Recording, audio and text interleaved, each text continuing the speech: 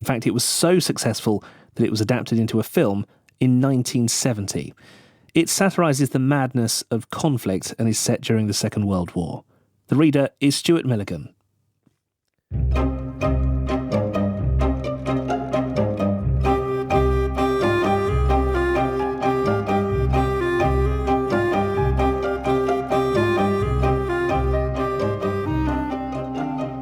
It was love at first sight. The first time Yossarian saw the chaplain, he fell madly in love with him. Yossarian was in the hospital with a pain in his liver that fell just short of being jaundice. The doctors were puzzled by the fact that it wasn't quite jaundice. Each morning they came around, 3 brisk and serious men with efficient mouths and inefficient eyes, accompanied by brisk and serious Nurse Duckett. They read the chart at the foot of the bed and asked impatiently about the pain. They seemed irritated when he told them it was exactly the same. "Still no movement?" the full colonel demanded. The doctors exchanged a look when Yossarian shook his head. "Give him another pill." Nurse Duckett made a note to give Yossarian another pill, and the 4 of them moved along to the next bed. None of the nurses liked Yossarian. Actually, the pain in his liver had gone away, but Yossarian didn't say anything, and the doctors never suspected. They just suspected that he had been moving his bowels and not telling anyone. All the officer patients in the ward were forced to censor letters written by all the enlisted men patients, who were kept in residence and wards of their own. It was a monotonous job, and Yossarian was disappointed to learn that the lives of enlisted men were only slightly more interesting than the lives of officers. After the first day, he had no curiosity at all. To break the monotony, he invented games. One time, he blacked out all but the salutation, "Dear Mary," from a letter.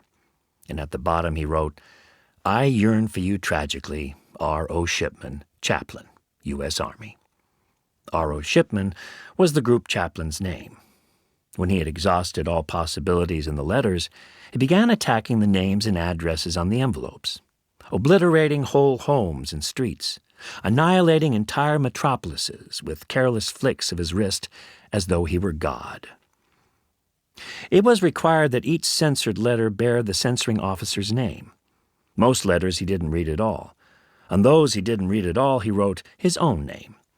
On those he did read, he wrote Washington Irving. When that grew monotonous, he wrote Irving Washington.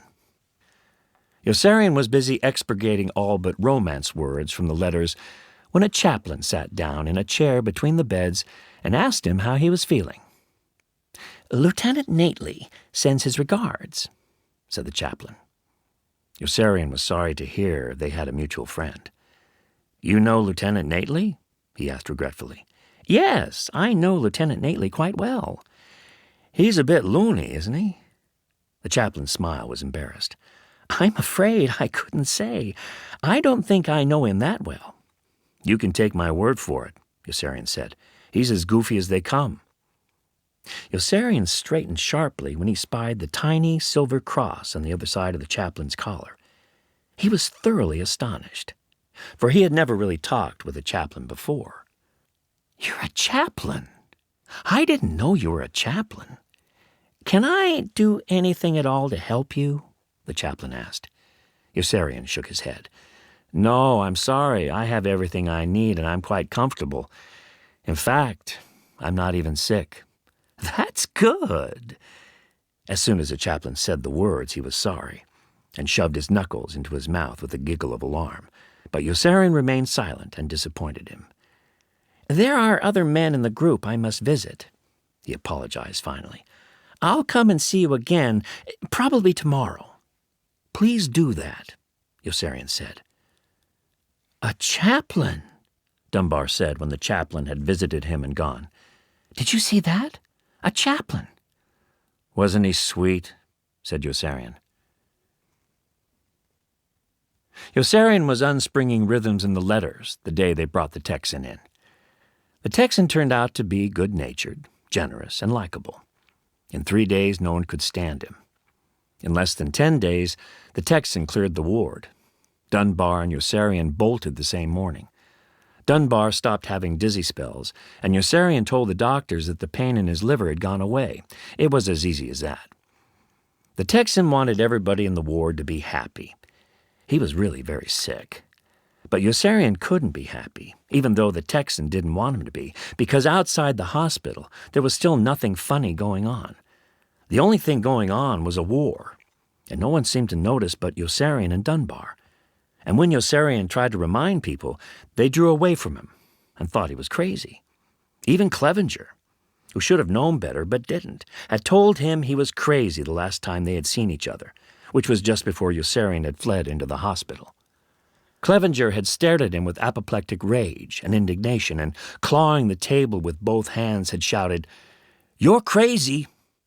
"Clevenger, what do you want from people?" Dunbar had replied wearily, above the noises of the officers' club. "I'm not joking," Clevenger persisted. "They're trying to kill me," Yossarian told him calmly. "No one's trying to kill you," Clevenger cried. "Then why are they shooting at me?" Yossarian asked. "Who's they?" Clevenger wanted to know. "Who specifically do you think is trying to murder you?" "Every one of them," Yossarian told him. "Every one of whom? Every one of whom do you think?" "I haven't any idea." "Then how do you know they aren't?"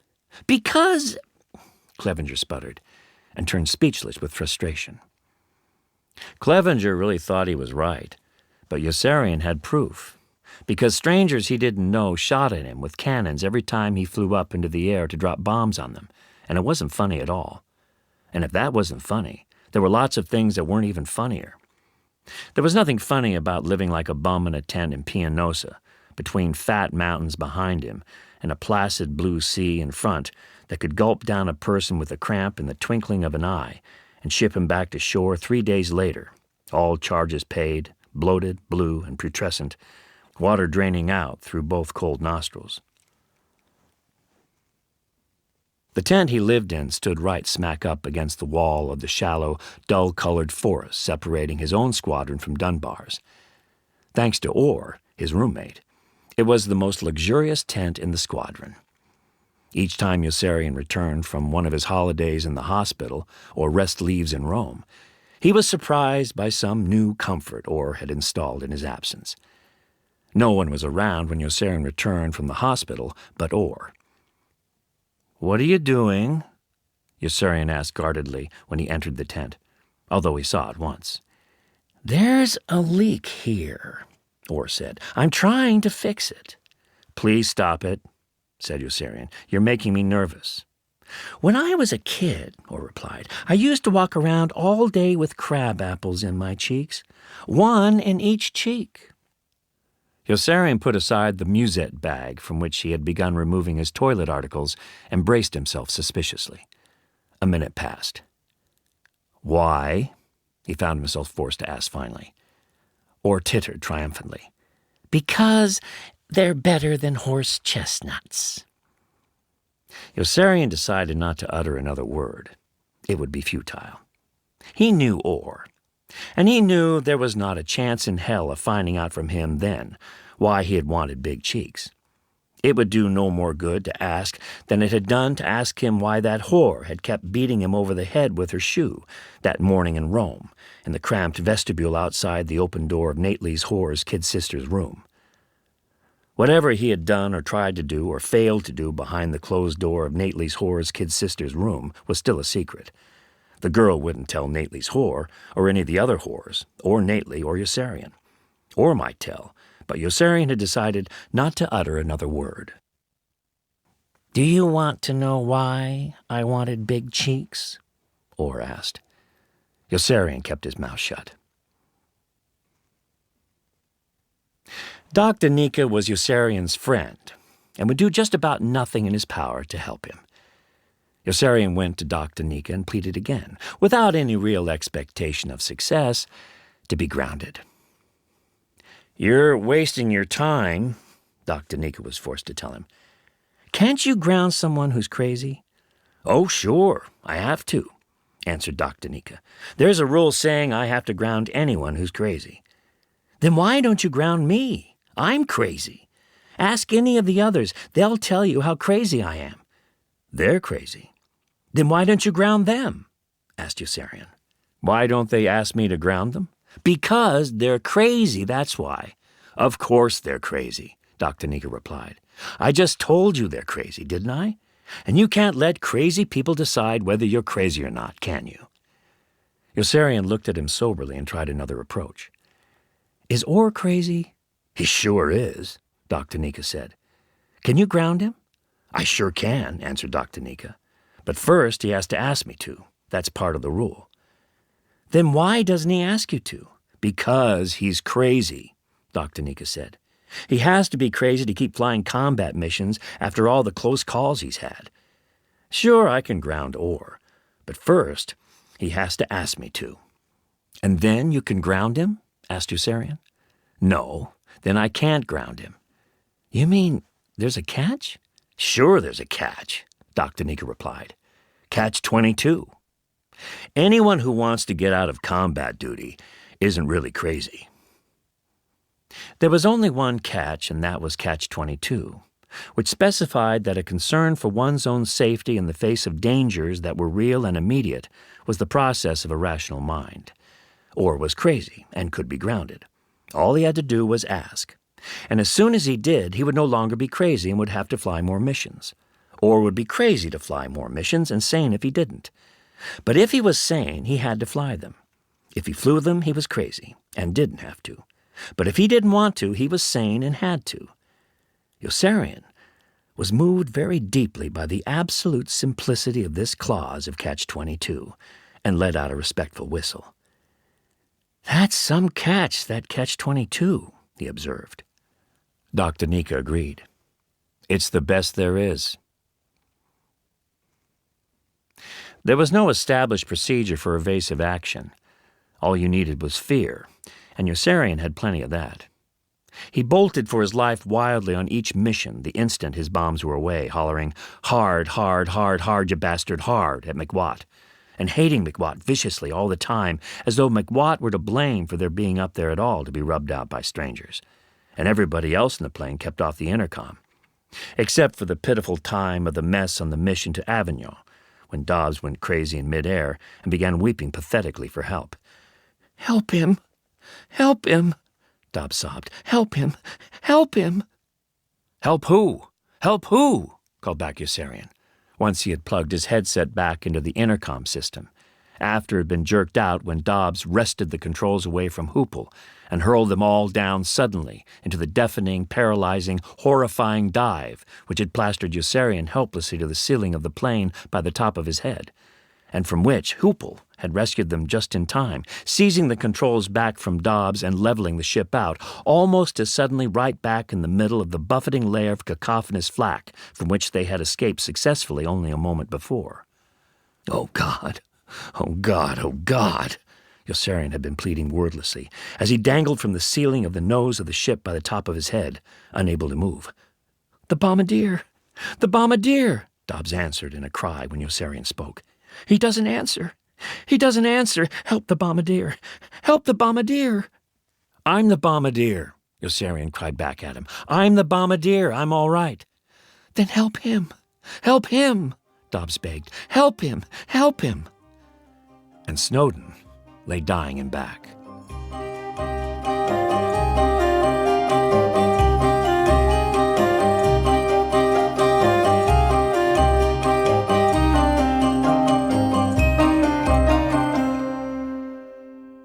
Catch 22 by Joseph Heller was read by Stuart Milligan and abridged by Robin Brooks. The producer was Gaynor McFarlane.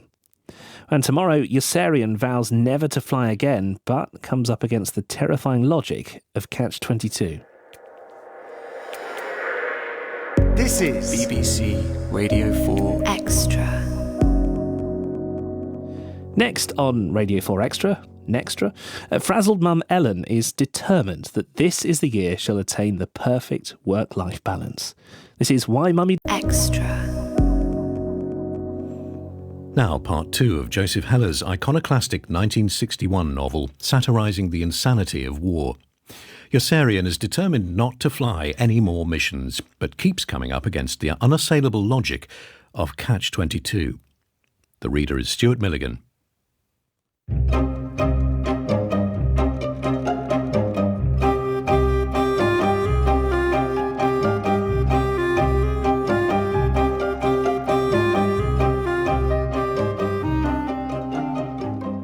Hungry Joe had his bags packed and was waiting again to go home. At night, he had eerie, ear-splitting nightmares that kept everyone in the squadron awake. Hungry Joe was sick. Hungry Joe had finished flying his first combat tour of duty when 25 missions were all that were necessary for him to pack his bags, write happy letters home, and begin hounding Sergeant Towser humorously for the arrival of the orders rotating him back to the States. The next day, Colonel Cathcart was there, brimming with tough pride in his new outfit, and celebrating his assumption of command by raising the number of missions required from 25 to 30. Hungry Joe unpacked his bags and rewrote the happy letters home. He stopped hounding Sergeant Towser humorously. Hungry Joe could no longer stand the strain of waiting for shipping orders and crumbled promptly into ruin every time he finished another tour of duty. Each time he was taken off combat status, he gave a big party for the little circle of friends he had. As soon as Yossarian, Nately, and Dunbar put him to bed, he began screaming in his sleep. In the morning, he stepped from his tent looking haggard, fearful, and guilt-ridden, an eaten shell of a human building, rocking perilously on the brink of collapse. Every time Colonel Cathcart increased the number of missions and returned Hungry Joe to combat duty, the nightmare stopped, and Hungry Joe settled down into a normal state of terror with a smile of relief. Yossarian read Hungry Joe's shrunken face like a headline. It was good when Hungry Joe looked bad, and terrible when Hungry Joe looked good. Hungry Joe's inverted set of responses was a curious phenomenon to everyone but Hungry Joe, who denied the whole thing stubbornly. "There's nothing wrong with nightmares," Hungry Joe said. "Everybody has nightmares." Yossarian thought he had him. "Every night?" he asked. "Why not every night?" Hungry Joe demanded. And suddenly it all made sense. Why not every night, indeed? It made sense to cry out in pain every night. Hungry Joe made more sense than Kraft, who was dead, dumped unceremoniously into doom over Ferrara by an exploding engine after Yossarian took his flight of 6 planes in over the target a second time. The group had missed the bridge at Ferrara again for the 7th straight day with a bomb sight that could put bombs into a pickle barrel at 40,000 feet. And 1 whole week had already passed since Colonel Cathcart had volunteered to have his men destroy the bridge in 24 hours.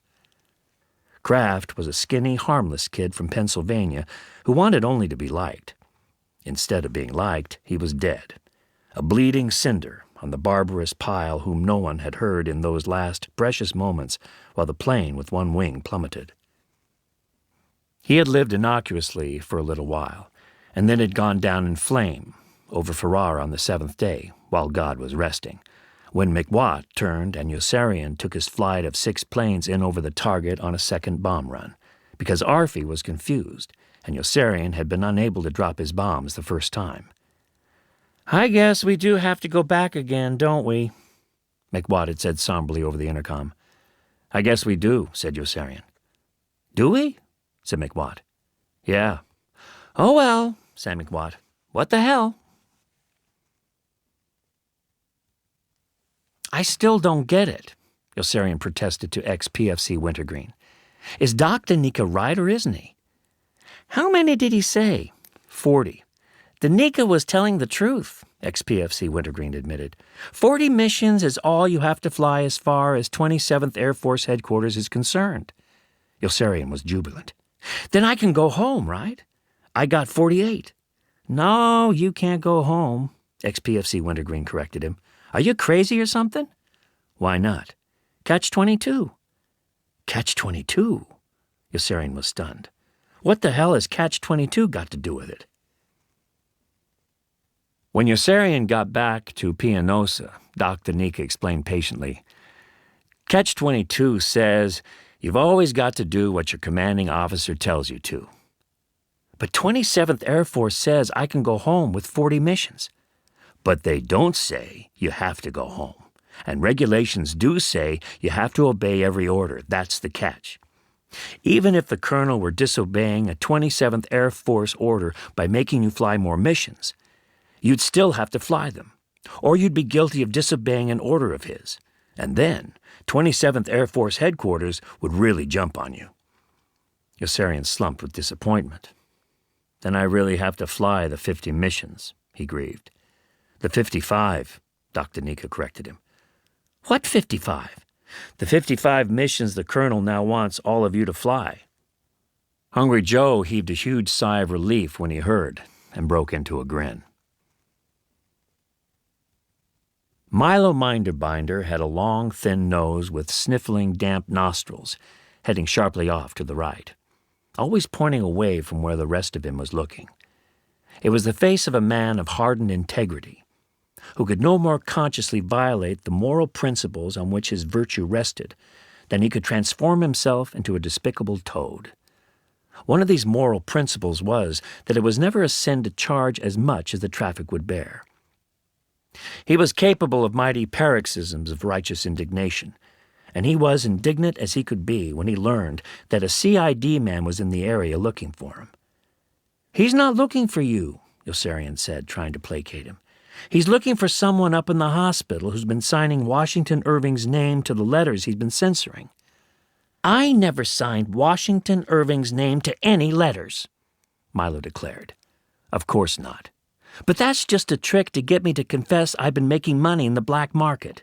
I don't like guys like that, always snooping around people like us. Why doesn't the government get after ex-PFC Wintergreen if it wants to do some good? He's got no respect for rules and regulations and keeps cutting prices on me." Milo could see more things than most people, but he could see none of them too distinctly. In contrast to his reaction to news of the CID man, he learned with calm courage from Yossarian that Colonel Cathcart had raised the number of missions to 55. "We're at war," he said, "and there's no use complaining about the number of missions we have to fly. If the Colonel says we have to fly 55 missions, we have to fly them." "Well, I don't have to fly them," Yossarian vowed. "I'll go see Major Major." "How can you? Major Major never sees anybody." Being born with a sickly resemblance to Henry Fonda was the first of a long series of practical jokes of which destiny was to make Major Major the unhappy victim throughout his joyless life. Being born Major Major was the second. The fact that he had been born Major Major was a secret known only to his father. Not until Major Major was enrolling in kindergarten was the discovery of his real name made, and then the effects were disastrous. The news killed his mother, who just lost her will to live and wasted away and died. Major had been promoted by an IBM machine with a sense of humor almost as keen as his father's. When war broke out, he was still docile and compliant. They told him to enlist, and he enlisted. In almost no time he had his pilot's wings and found himself overseas, where things began suddenly to improve. All his life, Major had longed for but one thing, to be absorbed, and in Pianosa, for a while, he finally was. Rank meant little to the men on combat duty, and relations between officers and enlisted men were relaxed and informal. Men whose names he didn't even know said hi, and invited him to go swimming or play basketball.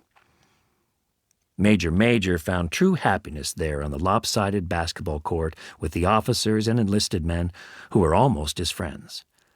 Major enjoyed every gambling moment, right up till the day Colonel Cathcart rode up in his jeep after Major Duluth was killed, and made it impossible for him ever to enjoy playing basketball there again. "You're the new squadron commander," Colonel Cathcart had shouted rudely across the railroad ditch to him. "But don't think it means anything, because it doesn't. All it means is that you're the new squadron commander." Colonel Cathcart had nursed an implacable grudge against Major for a long time. A superfluous major on his rolls meant an untidy table of organization and gave ammunition to the men at 27th Air Force Headquarters, who Colonel Cathcart was positive were his enemies and rivals. Colonel Cathcart had been praying for just some stroke of good luck like Major Duluth's death. He had been plagued by one extra major, and now had an opening for one major. He appointed Major squadron commander and roared away in his jeep as abruptly as he had come. For Major, It meant the end of the game. When the game resumed, it was not good any longer. When he dribbled, no one tried to stop him. When he called for a pass, whoever had the ball passed it. And when he missed a basket, no one raced him for the rebound. The only voice was his own. The next day was the same, and the day after that, he did not come back. In his office, he wept. And when he finished weeping, he summoned Sergeant Towser. "From now on," he said, "I don't want anyone to come in to see me while I'm here. Is that clear?" "Yes, sir," said Sergeant Towser. "Does that include me?" "Yes, I see. Will that be all?" "Yes," said Major. "What shall I say to the people who do come to see you while you're here?" "Tell them I'm in and ask them to wait."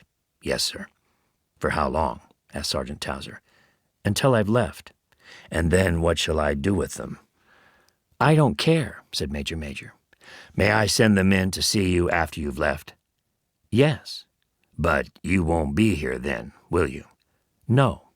"Yes, sir," said Sergeant Towser. "Will that be all?" "Yes." "Yes, sir." In the midst of a few foreign acres teeming with more than 200 people, Major had succeeded in becoming a recluse, which was just fine with everyone, he noticed, since no one wanted to talk to him anyway. No one had turned out but that madman Yossarian, who brought him down with a flying tackle one day as he was scooting along the bottom of the ditch to his trailer for lunch. The last person in the squadron Major wanted to be brought down with a flying tackle by was Yossarian. There was something inherently disreputable about Yossarian, always carrying on so disgracefully, taking off all his clothes after the Avignon mission, and going around without them right up to the day General Dreedel stepped up to pin a medal on him for his heroism over Ferrara, and found him standing in formation stark naked. Yossarian told him that he did not want to fly any more combat missions. "Why not?" asked Major. "I'm afraid." Major lowered his gaze sheepishly and fiddled with his fingers. "What do you want me to tell you?" "That I've flown enough missions and can go home." "How many have you flown?" 51, said Yossarian. "You've only got 4 more to fly." "He'll raise them. Every time I get close, he raises them." "Suppose we let you pick your missions and fly milk runs," Major said. "That way you can fly the 4 missions and not run any risks." "I don't want to fly milk runs. I don't want to be in the war anymore." "Would you like to see our country lose?" Major asked. "We won't lose," said Yossarian. "We've got more men, more money, and more material. There are 10 million men in uniform who could replace me. Some people are getting killed, and a lot more are making money and having fun. Let somebody else get killed." "But suppose everybody on our side felt that way. Then I'd certainly be a damn fool to feel any other way, wouldn't I?" "I'm sorry," said Major, "but there's nothing I can do."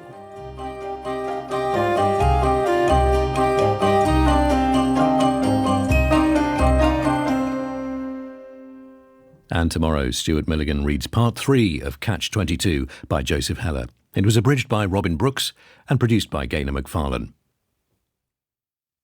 Next week, Radio 4 Extra marks the anniversary of VE Day with a 2-part drama set in post-war Britain. Hopes for the future cause friction in 1945 when an estranged family is reunited for the celebrations. Together, they argue over their list of their desires for the peace. I'd like all the weapons in Germany and Russia and all their satellites to be piled in one big pile and blown to hell. Lose them.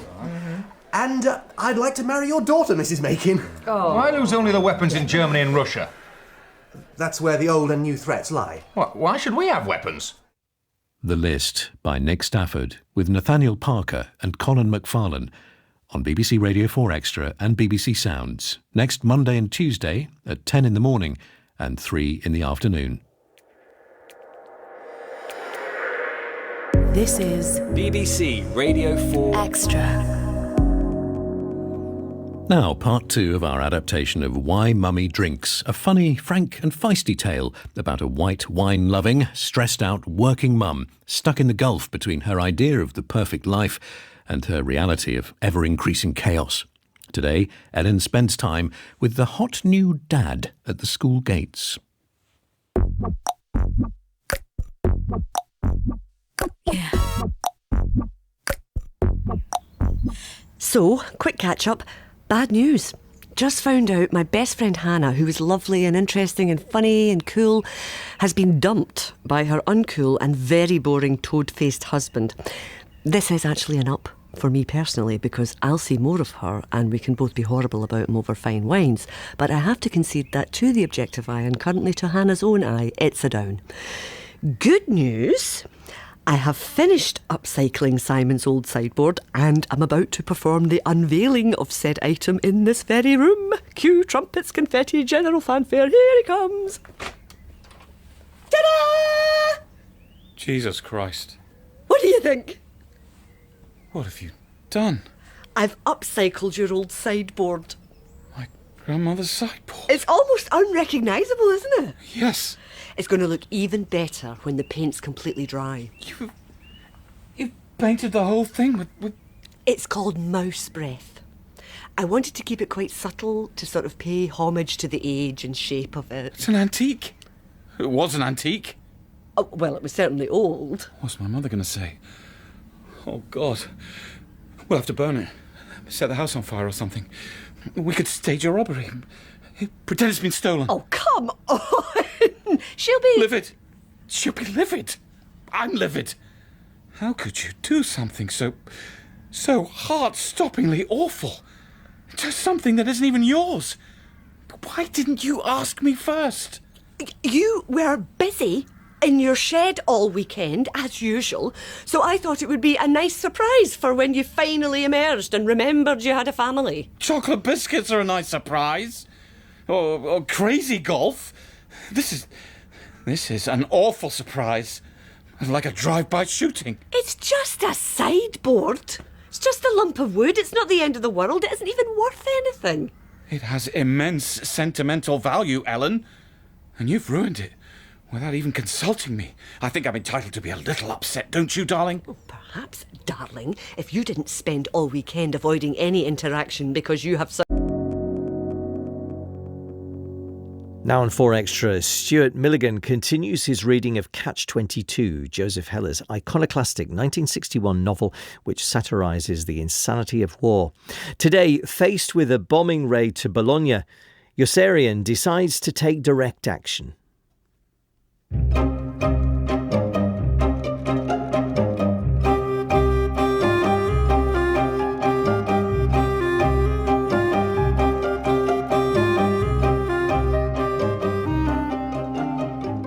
There was no escaping the mission to Bologna once Colonel Cathcart had volunteered his group for the ammunition dumps that the heavy bombers on the Italian mainland had been unable to destroy from their higher altitudes. Each day's delay deepened the awareness and deepened the gloom. The clinging, overpowering conviction of death spread steadily with the continuing rainfall. Corporal Kolodny learned about it first in a phone call from group and crossed the intelligence tent on tiptoe to Captain Black and relayed the information to him in a shocked whisper. Captain Black brightened immediately. "Bologna!" he exclaimed with delight. "Well, I'll be damned." He broke into loud laughter. "Bologna, huh?" He laughed again and shook his head in pleasant amazement. "Oh, boy, I can't wait to see those bastards' faces when they find out they're going to Bologna." It was the first really good laugh Captain Black had enjoyed since the day Major outsmarted him and was appointed squadron commander.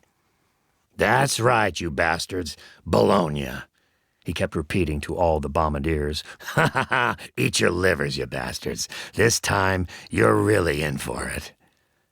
Actually, it was not Captain Black but Sergeant Knight who triggered the solemn panic of Bologna, slipping silently off the truck for 2 extra flak suits as soon as he learned the target, and signaling the start of the grim procession back into the parachute tent that degenerated into a frantic stampede finally, before all the extra flak suits were gone. "Hey, what's going on?" Kid Sampson asked nervously. "Bologna can't be that rough, can it?" Nately, sitting trance-like on the floor of the truck, held his grave young face in both hands and did not answer him. It was Sergeant Knight and the cruel series of postponements, For just as they were climbing up into their planes that first morning, along came a jeep with the news that it was raining in Bologna and that the mission would be delayed.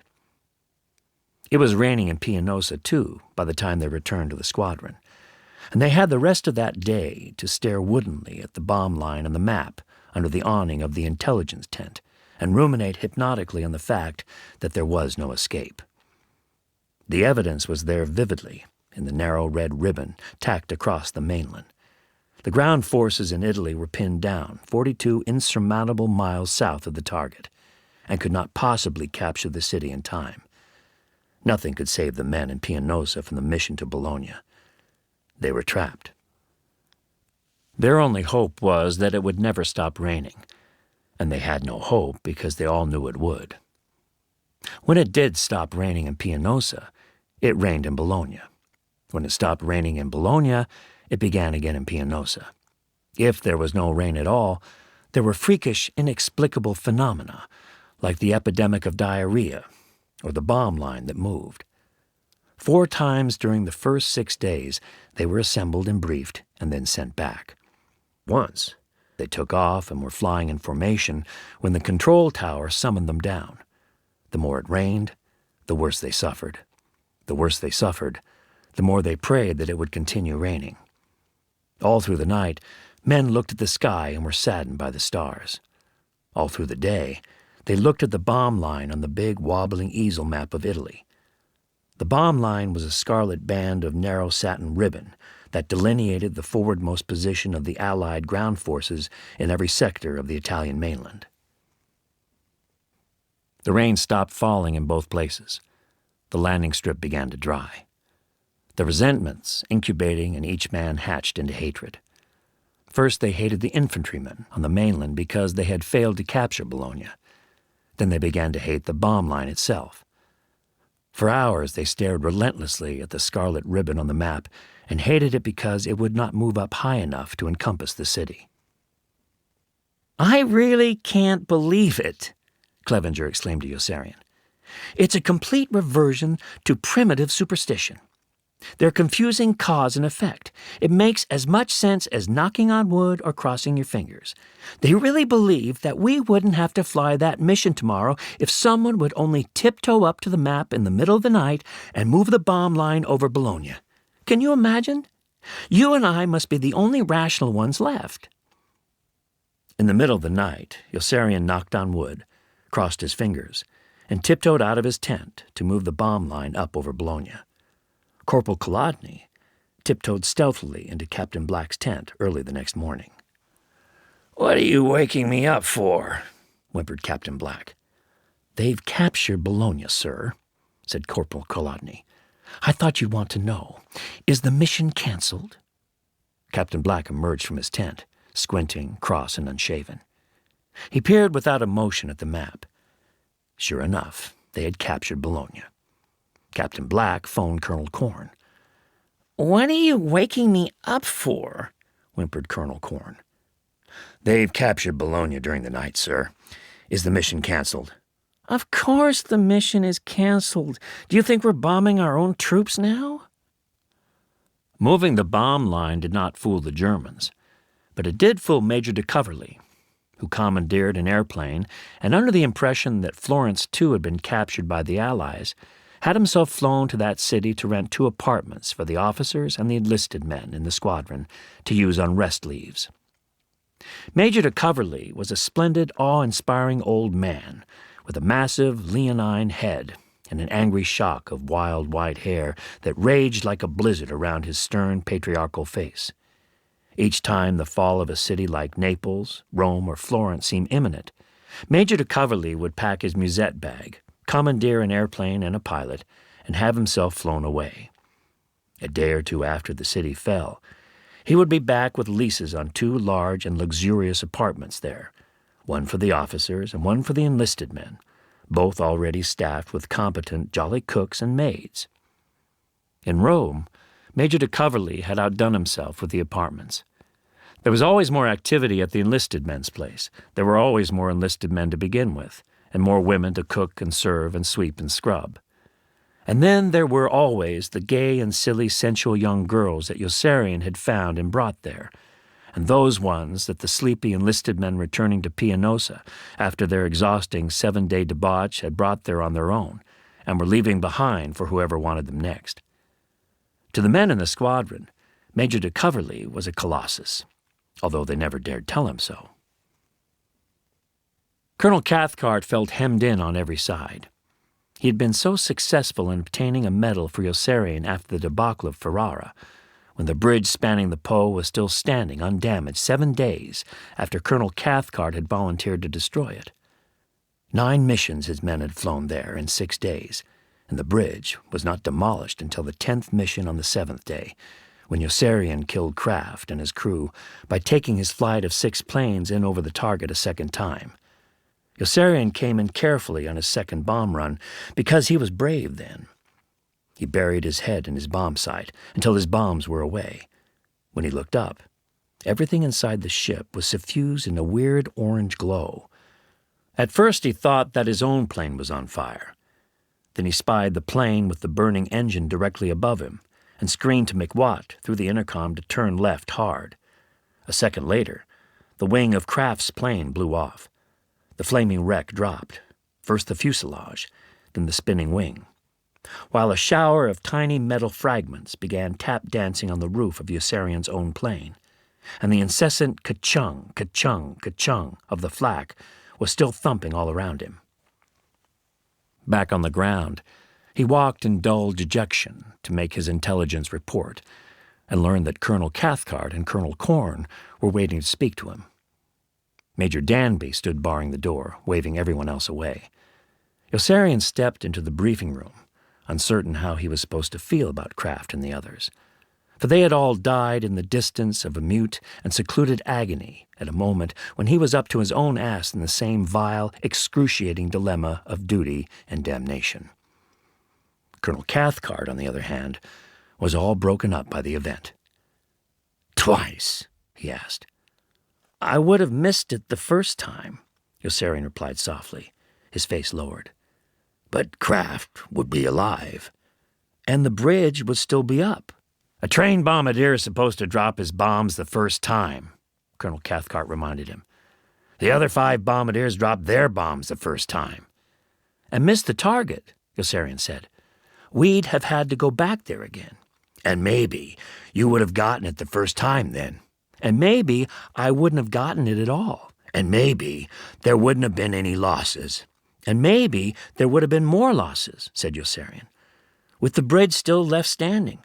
I thought you wanted the bridge destroyed." "Don't contradict me," Colonel Cathcart said. "We're all in enough trouble." "I'm not contradicting you, sir." "Yes, you are. Even that's a contradiction." "Yes, sir," said Yossarian. "I'm sorry." Colonel Cathcart cracked his knuckles violently. Colonel Corn sat completely relaxed on one of the benches.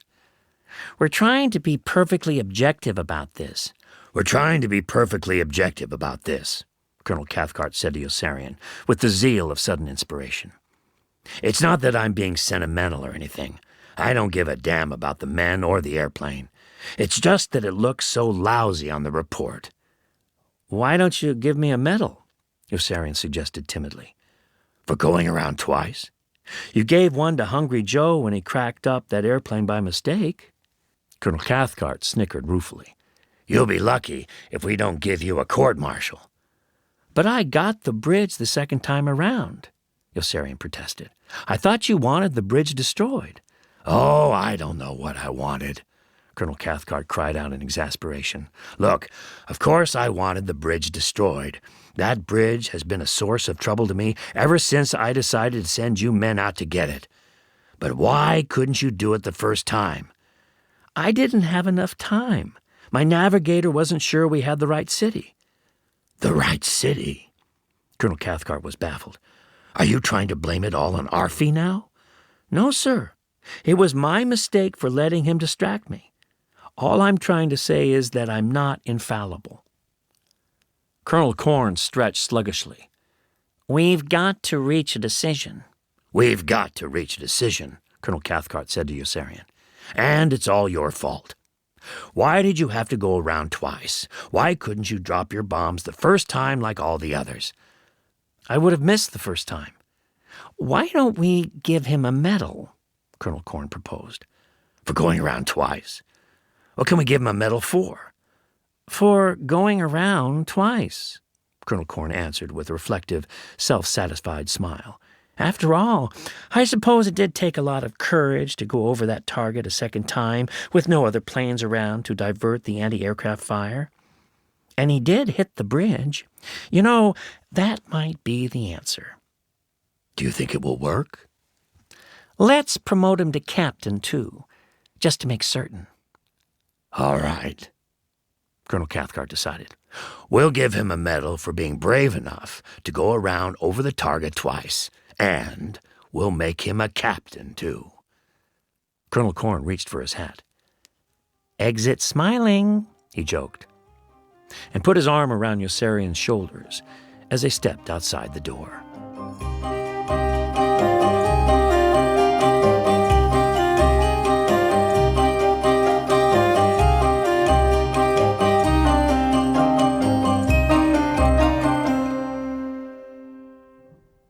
So Yossarian is forced to fly lead in the Bologna bombing mission, as we'll hear when Stuart Milligan continues his reading of Catch-22 by Joseph Heller at the same time tomorrow. It was abridged by Robin Brooks, and the producer was Gaynor McFarlane.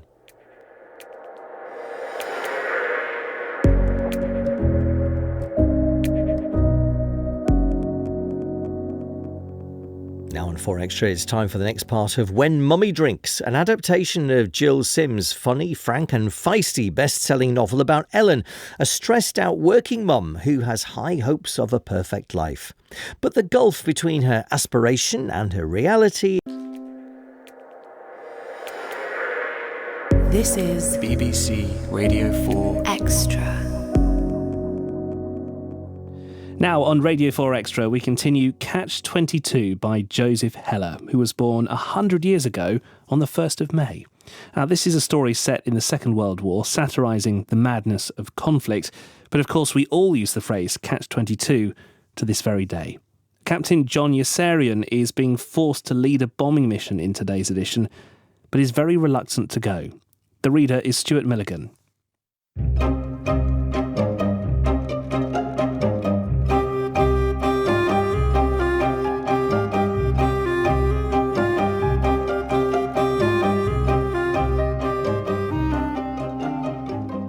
By the time of the mission to Bologna, Yossarian was brave enough not to go around over the target even once.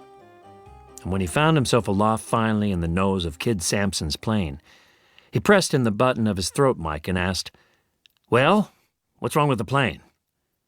Kid Sampson let out a shriek. "Is something wrong with the plane? What's the matter?" Kid Sampson's cry turned Yossarian to ice. "Is something the matter?" he yelled in horror. "Are we bailing out?" "I don't know." Kid Sampson shot back in anguish, wailing excitedly. "Someone said we're bailing out. Who is this anyway? Who is this?" "This is Yossarian in the nose. Yossarian in the nose. I heard you say there was something the matter. Didn't you say there was something the matter?" "I thought you said there was something wrong. Everything seems okay. Everything is all right." Yossarian's heart sank. Something was terribly wrong if everything was all right, and they had no excuse for turning back. He hesitated gravely. "I can't hear you," he said. "I said everything is all right." Yossarian took hold of the colored wires leading into the jack box of the intercom system and tore them loose. "I still can't hear you," he said. Slowly, he collected his map case and his 3 flak suits and crawled back to the main compartment. Nately, sitting stiffly in the co-pilot's seat, spied him through the corner of his eye as he stepped up on the flight deck behind Kid Sampson. He smiled at Yossarian wanly, looking frail and exceptionally young and bashful, in the bulky dungeon of his earphones, hat, throat mic, flak suit, and parachute. Yossarian bent close to Kid Sampson's ear. "I still can't hear you," he shouted above the even drone of the engines. Kid Sampson glanced back at him with surprise. "What?" he called out over his shoulder. "I still can't hear you," Yossarian repeated. "I can't help it," Kid Sampson yelled back at him. "I'm shouting as loud as I can." "I couldn't hear you over my intercom," Yossarian bellowed in mounting helplessness. "You'll have to turn back." "For an intercom?" asked Kid Sampson incredulously. "Turn back," said Yossarian, "before I break your head." Kid Sampson looked for moral support toward Nately, who stared away from him pointedly. Yossarian outranked them both. Kid Sampson resisted doubtfully for another moment, and then capitulated eagerly with a triumphant whoop. "That's just fine with me," he announced gladly. Nately ripped off his hat and earphones in one jubilant sweep and began rocking back and forth happily like a handsome child in a high chair. Sergeant Knight came plummeting down from the top gun turret and began pounding them all in the back with delirious enthusiasm. Kid Sampson turned the plane away from the formation in a wide, graceful arc and headed toward the airfield. When Yossarian plugged his headset into one of the auxiliary jackboxes, the two gunners in the rear section of the plane were both singing La Cucaracha. Back at the field, the party fizzled out abruptly. None of the men spoke at all on the drive back. Back in his own tent, Yossarian squirmed out of his parachute harness. Orr was in Rome, due back that same afternoon from the rest leave he had won by ditching his plane in the waters off Genoa. Nately would already be packing to replace him, entranced to find himself still alive and undoubtedly impatient to resume his wasted and heartbreaking courtship of his prostitute in Rome. When Yossarian was undressed, he sat down on his cot to rest. He felt much better as soon as he was naked. In a little while, he set out for the beach. The beach was deserted. He swam languorously out to the raft, swam languorously back, and then stretched himself out face down in the sand and slept, until the planes returning from Bologna were almost overhead, and the great cumulative rumble of their many engines came crashing in through his slumber in an earth-shattering roar. He opened his eyes upon a world boiling in chaos in which everything was in proper order. He gasped in utter amazement at the fantastic sight of the 12 flights of planes in exact formation. There were no planes spurting ahead with wounded, none lagging behind with damage. No ship was missing but his own. For an instant, he was paralyzed with the sensation of madness. Then he understood, and almost wept at the irony. The explanation was simple. Clouds had covered the target before the planes could bomb it, and the mission to Bologna was still to be flown. He was wrong. There had been no clouds. Bologna had been bombed. Bologna was a milk run, and there had been no flak there at all. "Fellas," said Captain Pilchard, "when you turn back from a mission, try to make sure it's for something important, will you? Not for something unimportant like a defective intercom or something like that, okay? Captain Wren has more he wants to say to you on that subject." "Well, we finally got to Bologna today," said Captain Wren, "and we found out it's a milk run. We were all a little nervous, I guess, and didn't do too much damage. Well, listen to this. Colonel Cathcart got permission for us to go back, and tomorrow we're really going to paste those ammunition dumps." And to prove to Yossarian that they bore him no animosity, they even assigned him to fly lead bombardier with McWatt in the first formation when they went back to Bologna the next day. He came in on the target like a Havemeyer, confidently taking no evasive action at all, and suddenly they were shooting the living shit out of him. Heavy flak was everywhere, and there was nothing he could do but sit there like an idiot and watch the ugly black puffs smashing up to kill him. There was nothing he could do until his bombs dropped, but look back into the bomb site, where the fine crosshairs and the lens were glued magnetically over the target exactly where he had placed them, intersecting perfectly deep inside the yard of his block of camouflaged warehouses before the base of the first building. He was trembling steadily as the plane crept ahead. He could hear the hollow boom, boom, boom, boom of the flak pounding all around him. At last, the indices on the bomb site crossed, tripping away the 8 500-pounders one after the other. The plane lurched upward buoyantly with the lightened load. Yossarian closed the bomb bay doors and, over the intercom, shrieked, "Turn right, hard!" McWatt responded instantly. With a grinding howl of engines, he flipped the plane over on one wing and wrung it around remorselessly in a screaming turn away from the twin spires of flak Yossarian had spied stabbing toward them. Then Yossarian had McWatt climb and keep climbing higher and higher until they tore free finally into a calm, diamond-blue sky that was sunny and pure everywhere. He leveled McWatt out with another harsh cry and whipped him upward and around again into a ragged blue patch of unpolluted air just as the bombs he had dropped began to strike. The first one fell in the yard, exactly where he had aimed, and then the rest of the bombs from his own plane and from the other planes in his flight burst open on the ground in a charge of rapid orange flashes across the tops of the buildings, which collapsed instantly in a vast, churning wave of pink and gray and coal-black smoke that went rolling out turbulently in all directions and quaked convulsively in its bowels as though from great blasts of red and white and golden sheet lightning. "Well, will you look at that?" Arfie the navigator marveled right beside Yossarian. "There must have been an ammunition dump down there." Yossarian had forgotten about Arfie. "Get out!" he shouted at him. "Get out of the nose!" Arfie shrugged amiably. "I can't hear you," he explained. Yossarian seized him by the straps of his parachute harness and pushed him backwards towards the crawlway, just as the plane was hit with a jarring concussion that rattled his bones and made his heart stop. He knew at once they were all dead. "Climb!" he screamed into the intercom at McWatt when he saw he was still alive. "Climb, you bastard! Climb, climb, climb, climb!"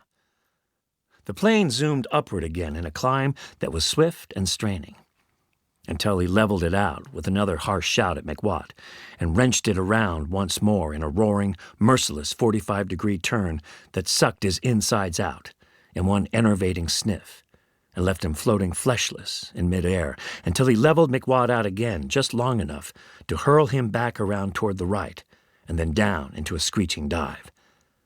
Through endless blobs of ghostly black smoke he sped, the hanging smut wafting against the smooth plexiglass nose of the ship like an evil, damp, sooty vapor against his cheeks. His heart was hammering again in aching terror as he hurtled upward and downward through the blind gangs of flak charging murderously into the sky at him, then sagging inertly. And far out in front, the bursts of flak were still swarming into the sky from new batteries of guns poking around for accurate altitude as they waited sadistically for him to fly into range. Behind him, men were dying, strung out for miles in a stricken, tortuous, squirming line. The other flights of planes were making the same hazardous journey over the target, threading their swift way through the swollen masses of new and old bursts of flak, like rats racing in a pack through their own droppings. One was on fire and flapped lamely off by itself, billowing gigantically like a monstrous blood-red star. As Yossarian watched, the burning plane floated over on its side and began spiraling down slowly in wide, tremulous, narrowing circles, its huge flaming burden blazing orange and flaring out in back like a long, swirling cape of fire and smoke. There were parachutes. 1, 2, 3, 4. And then the plane gyrated into a spin and fell the rest of the way to the ground, fluttering insensibly like a shred of colored tissue paper. Yossarian sighed barrenly, his day's work done. He was listless and sticky. McWatt throttled back to loiter and allow the rest of the planes in his flight to catch up. The abrupt stillness seemed alien and artificial, a little insidious. Yossarian unsnapped his flak suit and took off his helmet. He sighed again, restlessly, and closed his eyes and tried to relax. "Where's Orr?" someone asked suddenly over his intercom. Yossarian bounded up with a one-syllable cry that crackled with anxiety and provided the only rational explanation for the whole mysterious phenomenon of the flak at Bologna. Orr. At last, Yossarian spotted the two-engined, twin-ruddered plane as it flew out of the green background of the forests over a field of yellow farmland. One of the propellers was feathered and perfectly still, but the plane was maintaining altitude and holding a proper course. Yossarian muttered an unconscious prayer of thankfulness and then flared up at Orr savagely in a ranting fusion of resentment and relief. "That bastard," he began. "That goddamn stunted, red-faced, big-cheeked, curly-headed, buck-toothed rat bastard son of a bitch." "What?" said Arfie. "That dirty goddamn midget-assed, apple-cheeked, goggle-eyed, undersized, buck-toothed, grinning, crazy son of a bitchin' bastard," Yossarian sputtered. "What? Never mind. I still can't hear you," Arfie answered. Yossarian swung himself around methodically to face Arfie. "You pompous, rotund, neighborly, vacuous, complacent." Arfie was unperturbed. Calmly, he struck a wooden match and sucked noisily at his pipe with an eloquent air of benign and magnanimous forgiveness. He smiled sociably and opened his mouth to speak. Yossarian put his hand over Arfie's mouth and pushed him away wearily. He shut his eyes and pretended to sleep all the way back to the field so that he would not have to listen to Arfie or see him. Yossarian hung around only until Orr had crash-landed safely, and then stole the first Jeep he could find with a key in the ignition and raced back to his tent to begin packing feverishly for the emergency rest leave he had decided to take in Rome.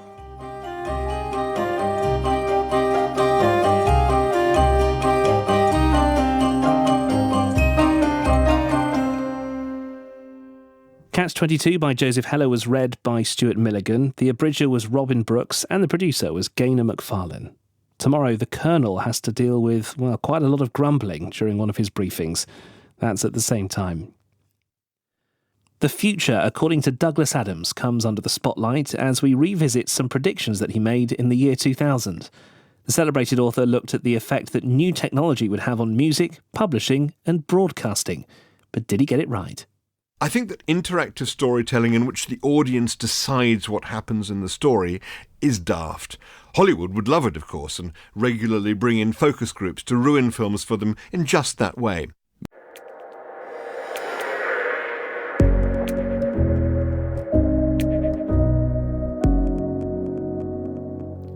Now part 5 of Joseph Heller's iconoclastic 1961 novel satirising the insanity of war. Today, Colonel Cathcart faces a plague of Yossarians. Catch-22 is read by Stuart Milligan.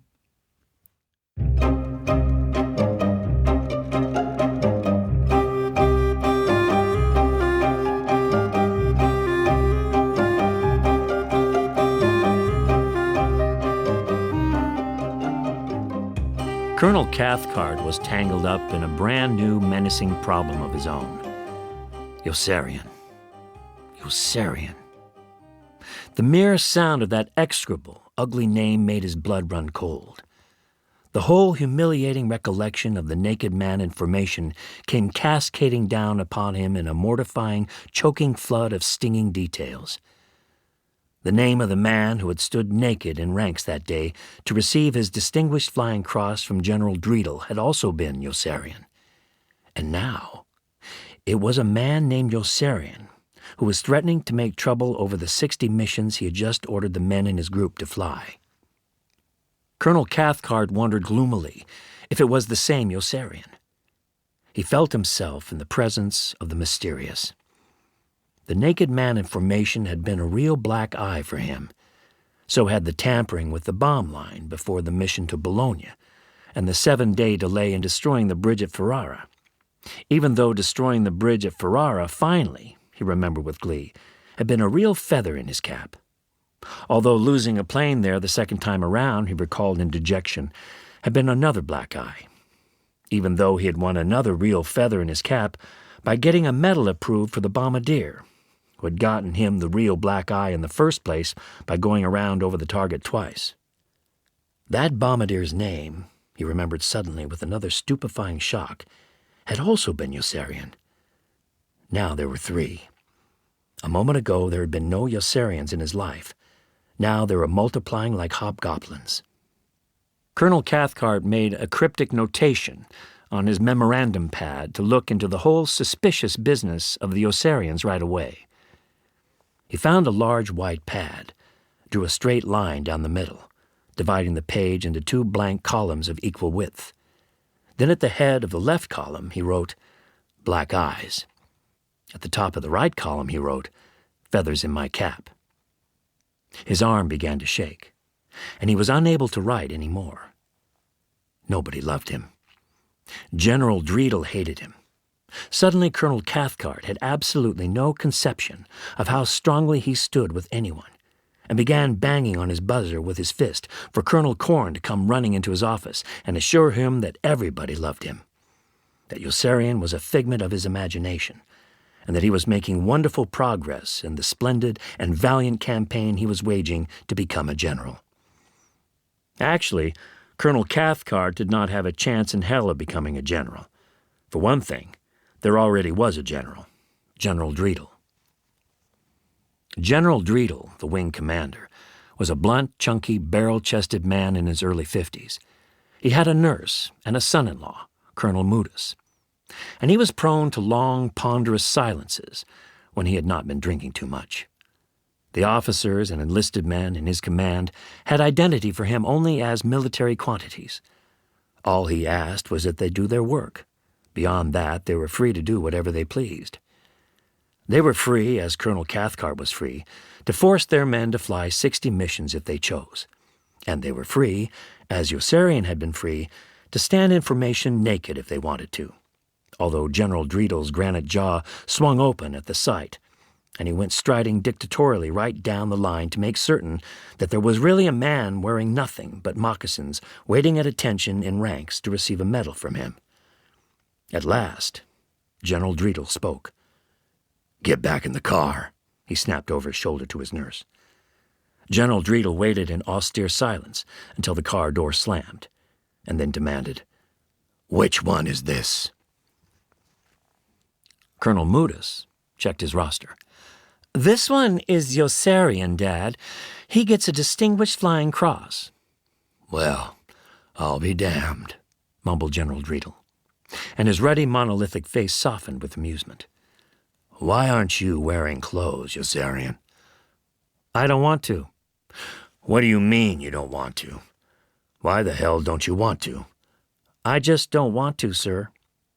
A man was killed in his plane over Avignon last week and bled all over him," Colonel Corn reported to General Dreedel. "His uniform hasn't come back from the laundry yet." "What about his underwear?" General Dreedel demanded. "All his underwear's in the laundry, too," answered Colonel Corn. "That sounds like a lot of crap to me," General Dreedel declared. "It is a lot of crap, sir," Yossarian said. "Don't you worry, sir," Colonel Cathcart promised General Dreedel with a threatening look at Yossarian. "You have my personal word for it that this man will be severely punished." "What the hell do I care if he's punished or not?"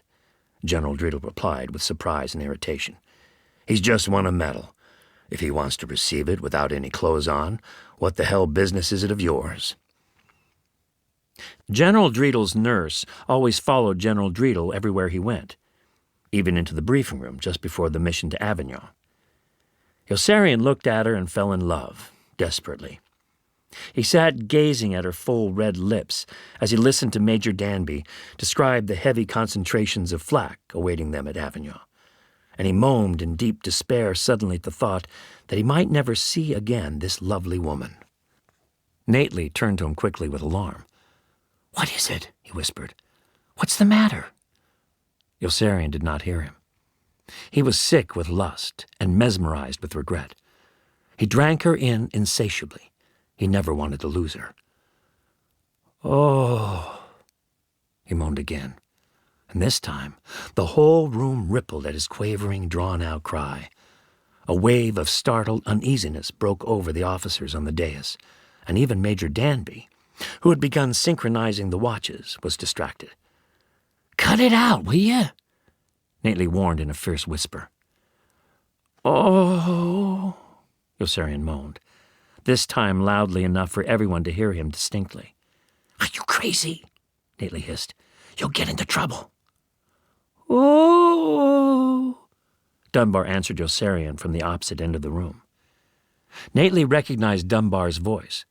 The situation was now out of control, and he turned away with a small moan.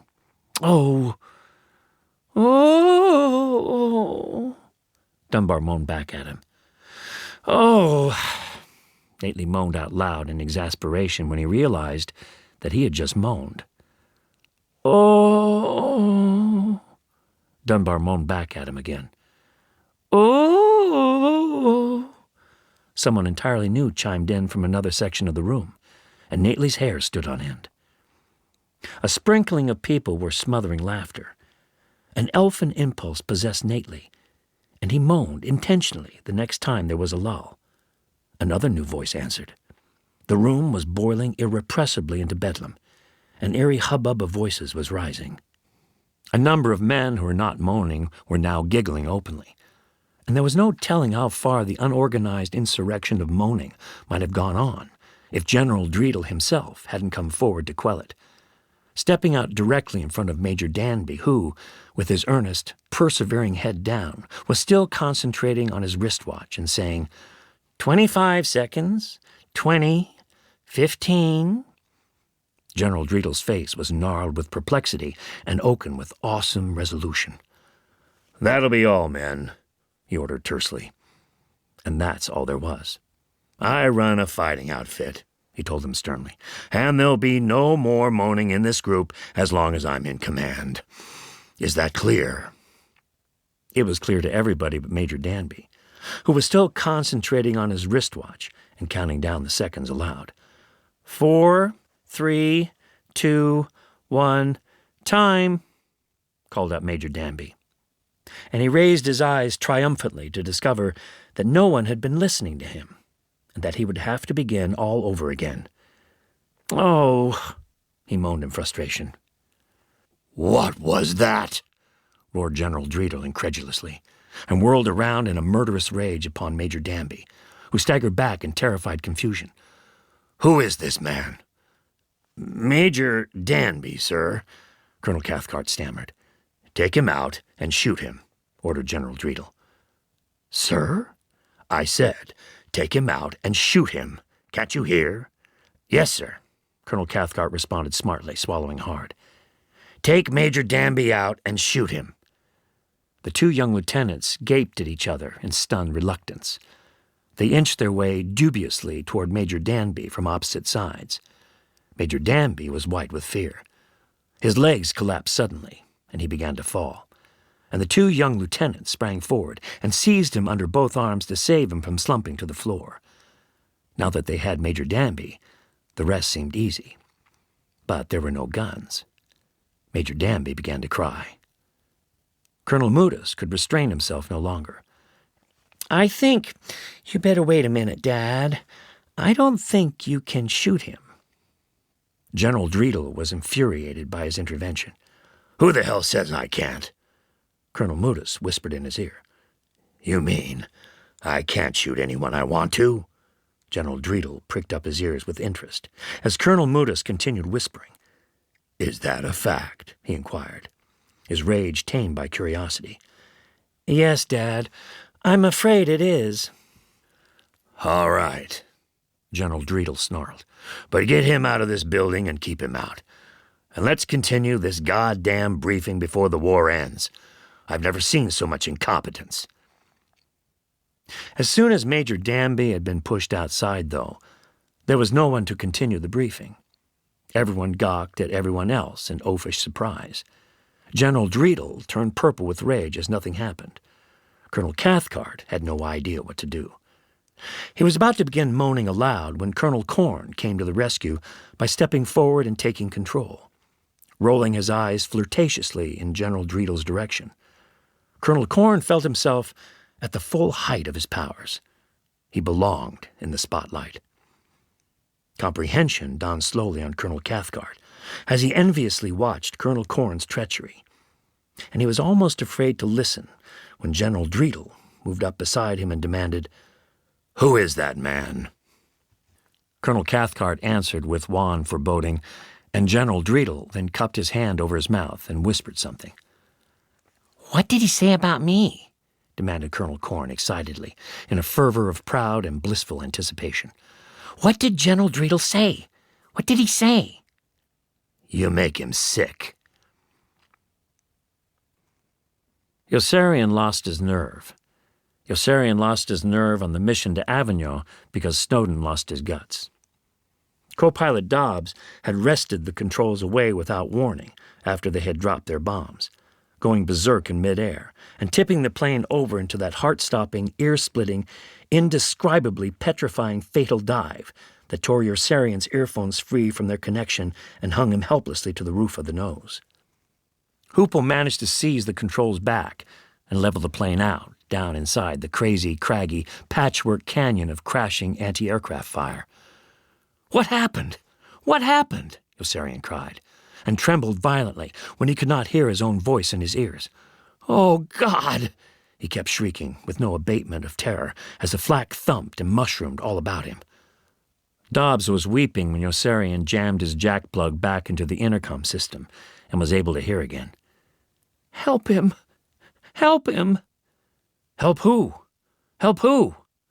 "The radio gunner," Dobbs begged. "Help the radio gunner." "I'm cold," Snowden whimpered feebly over the intercom system. Then in a bleat of plaintive agony, "Please, help me. I'm cold."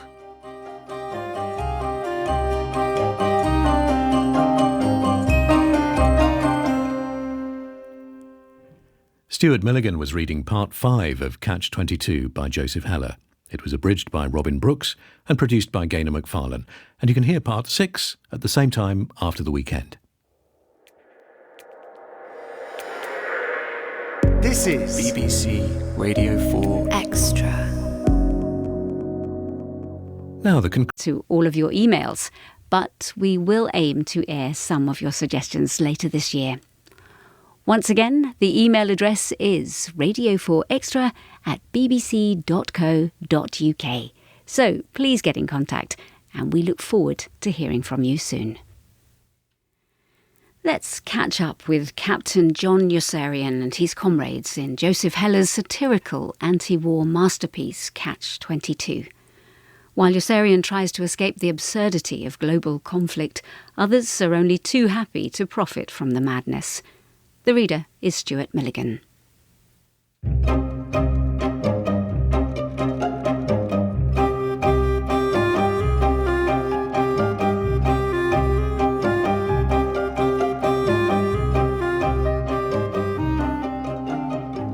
April had been the best month of all for Milo. April was spring.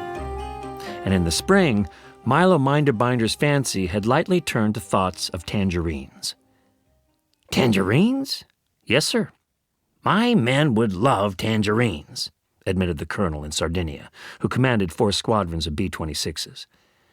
"They'll be all the tangerines they can eat that you're able to pay for with money from your mess fund," Milo assured him.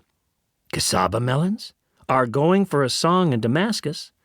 I've always had a weakness for cassava melons. Just lend me 1 plane from each squadron," said Milo, "and you'll have all the cassavas you can eat that you've money to pay for." "We buy from the syndicate, and everybody has a share," said Milo. "It's amazing. How can you do it? Mass purchasing power makes the big difference. For example, lamb chops." "Ah, lamb chops," echoed the commander. "Good lamb chops? The best that the black market has to offer are going for a song in Portugal." "I can't send a plane to Portugal," said the commander. "I haven't the authority." "I can, once you lend the plane to me, with a pilot to fly it." "And everybody has a share?" asked the commander. "That," said Milo, "is the most beautiful part of it." "I don't like it," growled the uncooperative fighter plane commander, who didn't like Milo either. "There's an uncooperative fighter plane commander up north who's got it in for me," Milo complained to General Dreedel. "It takes just 1 person to ruin the whole thing." General Dreedel had the uncooperative fighter plane commander transferred to the Solomon Islands to dig graves, and replaced him with a senile colonel with bursitis and a craving for lychee nuts, who introduced Milo to the B-17 general on the mainland with a yearning for Polish sausage. "Polish sausage is going for peanuts in Krakow," Milo informed him. "But Krakow is hundreds of miles behind the enemy lines," said the general. "How will you get to the sausage?" "There's an international Polish sausage exchange in Geneva. I'll just fly the peanuts into Switzerland and exchange them for Polish sausage at the open market rate. They'll fly the peanuts back to Krakow, and I'll fly the Polish sausage back to you. You buy only as much Polish sausage as you want through the syndicate. You'll be paying the money to yourself when you buy from the syndicate, since you'll own a share. So you'll really be getting everything you buy for nothing. Sheer genius. How in the world did you ever think of it? Milo Minderbinder's planes flew in from everywhere, streaming into Colonel Cathcart's field with pilots at the controls who would do what they were told. The planes were decorated with flamboyant squadron emblems, illustrating such laudable ideals as courage, might, justice, truth, liberty, love, honor, and patriotism, that were painted out at once by Milo's mechanics with a double coat of flat white and replaced in garish purple with the stenciled name M&M Enterprises, Fine Fruits and Produce. The M&M in M&M Enterprises stood for Milo and Minderbinder. And the "and" was inserted, Milo revealed candidly, to nullify any impression that the syndicate was a one-man operation. Planes arrived for Milo from airfields in Italy, North Africa, and England, and from air transport command stations in Liberia, Ascension Island, Cairo, and Karachi. Everybody had a share, and men got fat and moved about tamely with toothpicks in their greasy lips. Milo supervised the whole expanding operation by himself. Deep otter-brown lines of preoccupation etched themselves permanently into his careworn face and gave him a harried look of sobriety and mistrust. Everybody but Yossarian thought Milo was a jerk, first for volunteering for the job of mess officer and next for taking it so seriously. Yossarian also thought that Milo was a jerk, but he also knew that Milo was a genius. One day Milo flew away to England to pick up a load of Turkish halva and came flying back from Madagascar, leading 4 German bombers filled with yams, collards, mustard greens, and black-eyed Georgia peas. Milo was dumbfounded when he stepped down to the ground and found a contingent of armed MPs waiting to imprison the German pilots and confiscate their planes. He stormed back and forth in excoriating condemnation, shaking a piercing finger of rebuke in the guilt-ridden faces of Colonel Cathcart, Colonel Corn, and the poor battle-scarred captain with the submachine gun who commanded the MPs. "Is this Russia?" Milo assailed them incredulously at the top of his voice. "Since when is it the policy of the American government to confiscate the private property of its citizens?" "But Milo," Major Danby interrupted timidly, "we're at war with Germany, and those are German planes." "They are no such thing," Milo retorted furiously. "Those planes belong to the syndicate." And sure enough, Milo was right.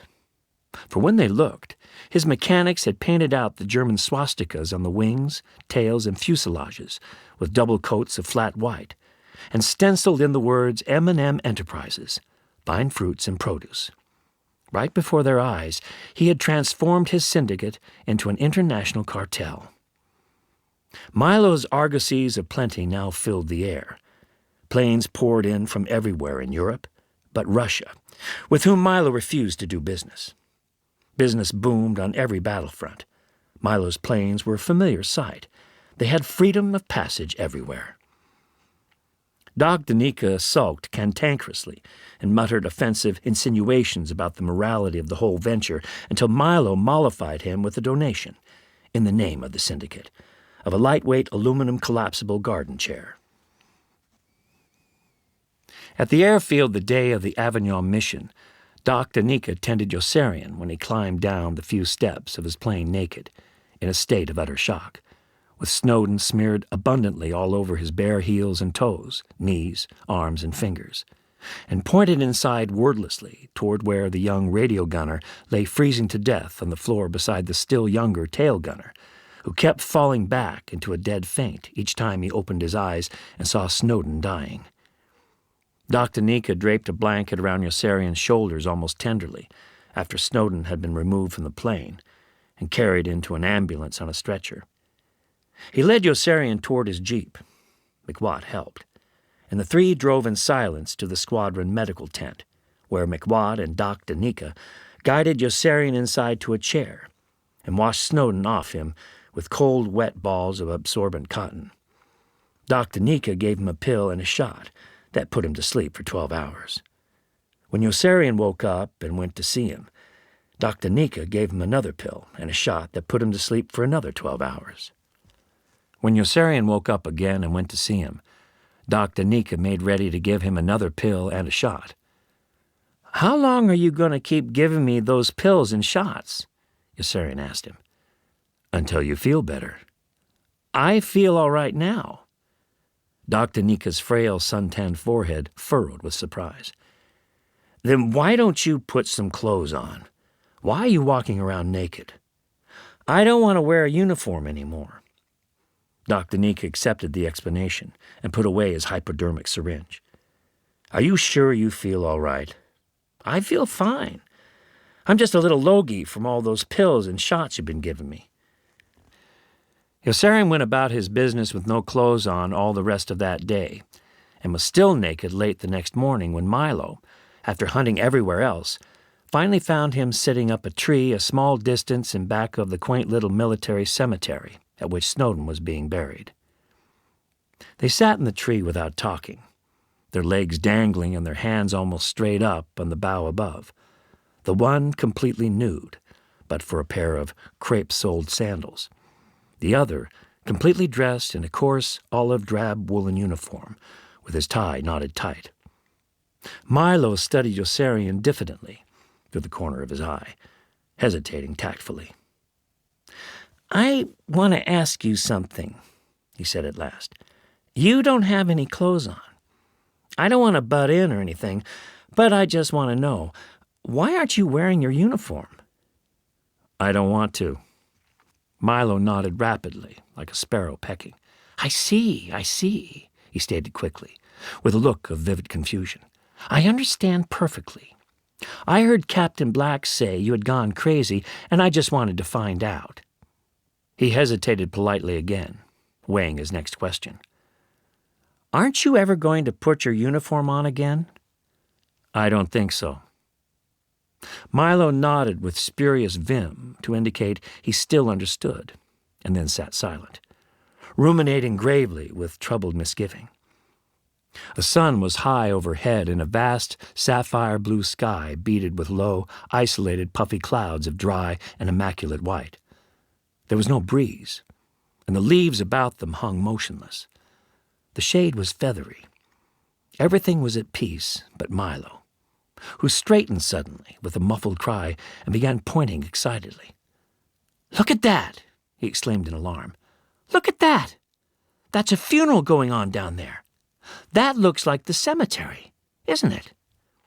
Yossarian answered him slowly in a level voice. "They're burying that kid who got killed in my plane over Avignon the other day. Snowden." "What happened to him?"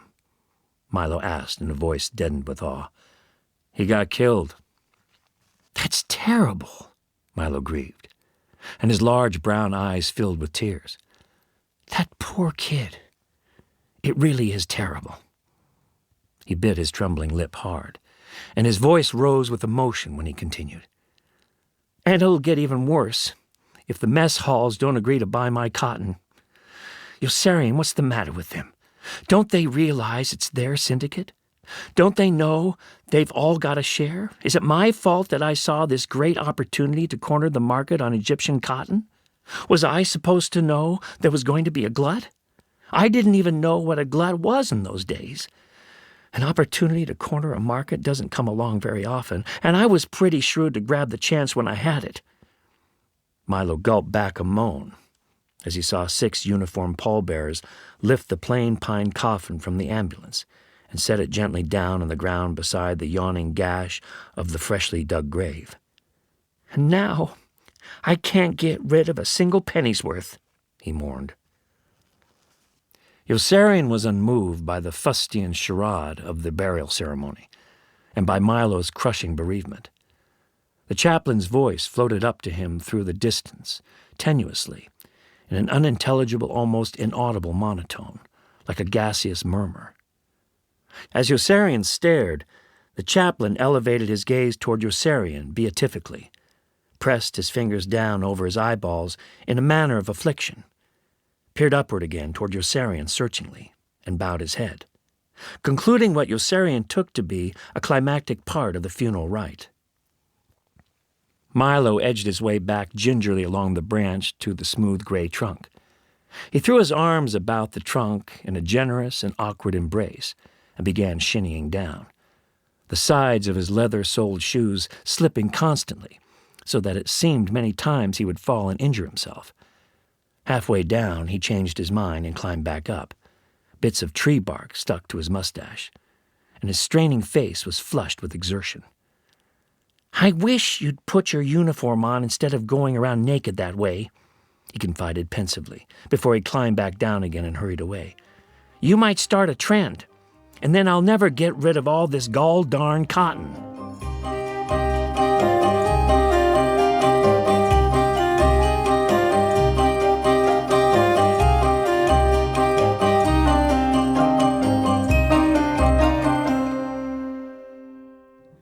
Stuart Milligan was reading from Catch-22 by Joseph Heller. It was abridged by Robin Brooks and produced by Gaynor McFarlane. The story continues tomorrow when Orr crash lands again and Yossarian refuses to fly with him. Is it a decision that he'll regret? This is BBC Radio 4 Extra. We begin a series now written by Juliet Ace and based on the letters and diaries of a youthful Queen Victoria, charting her younger years. 19th century drama in 15 minutes. First, Stuart Milligan continues reading Catch-22 by Joseph Heller. Following the mission to Avignon, Snowdon's funeral has taken place and Orr has a peculiar request for Yossarian.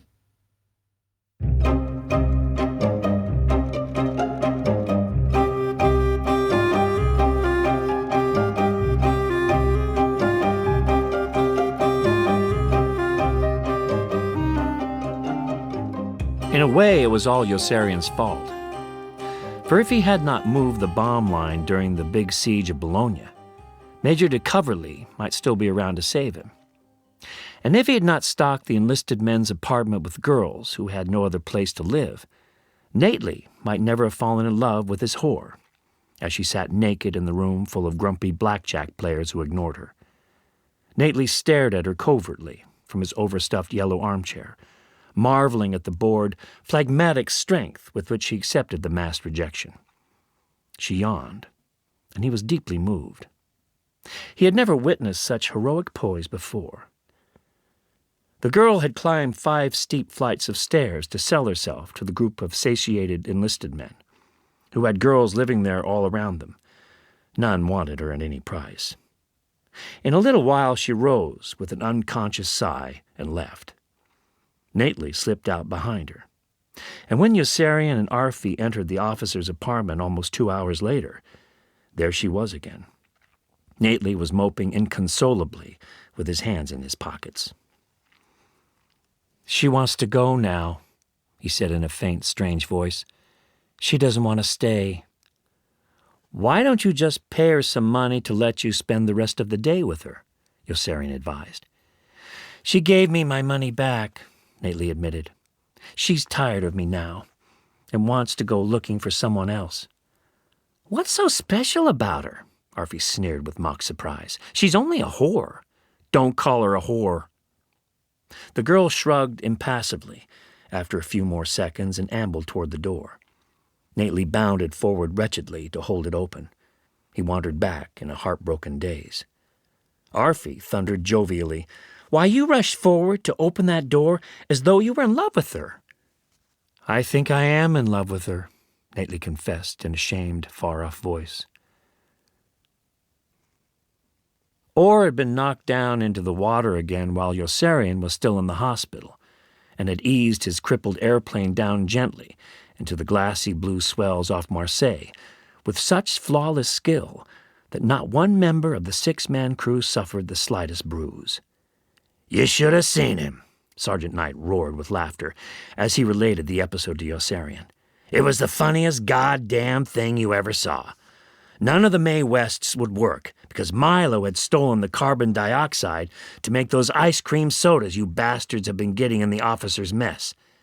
Then the other raft came loose and drifted away, so that all 6 of us wound up sitting in one, with our elbows and legs pressed so close against each other, you almost couldn't move without knocking the guy next to you out of the raft into the water. You should have seen Orr sitting up there on the rim of the raft like the captain. He kept slapping his hands on his legs every few seconds, as though he had the shakes, saying, "All right now, all right," and giggling like a crazy little freak, then saying, "All right now, all right," again, and giggling like a crazy little freak some more. It was like watching some kind of moron. Watching him was all that kept us from going to pieces altogether. Then Orr began opening the compartments in the raft, and the fun really began. First, he found a box of chocolate bars, and he passed those around. Next, he found some bouillon cubes and aluminum cups and made us some soup. Then he found some tea. Can't you see him serving us tea as we sat there soaking wet in water up to our ass? Now, I was falling out of the raft because I was laughing so much. We were all laughing. And he was dead serious, except for that goofy giggle of his and that crazy grin. What a jerk. Whatever he found, he used. He found some marker dye and he threw it into the water. The next thing he finds is a fishing line and dried bait, and his face lights up as though the air-sea rescue launch had just sped up to save us before we died of exposure, or before the Germans sent a boat out from Spezia to take us prisoner or machine gun us.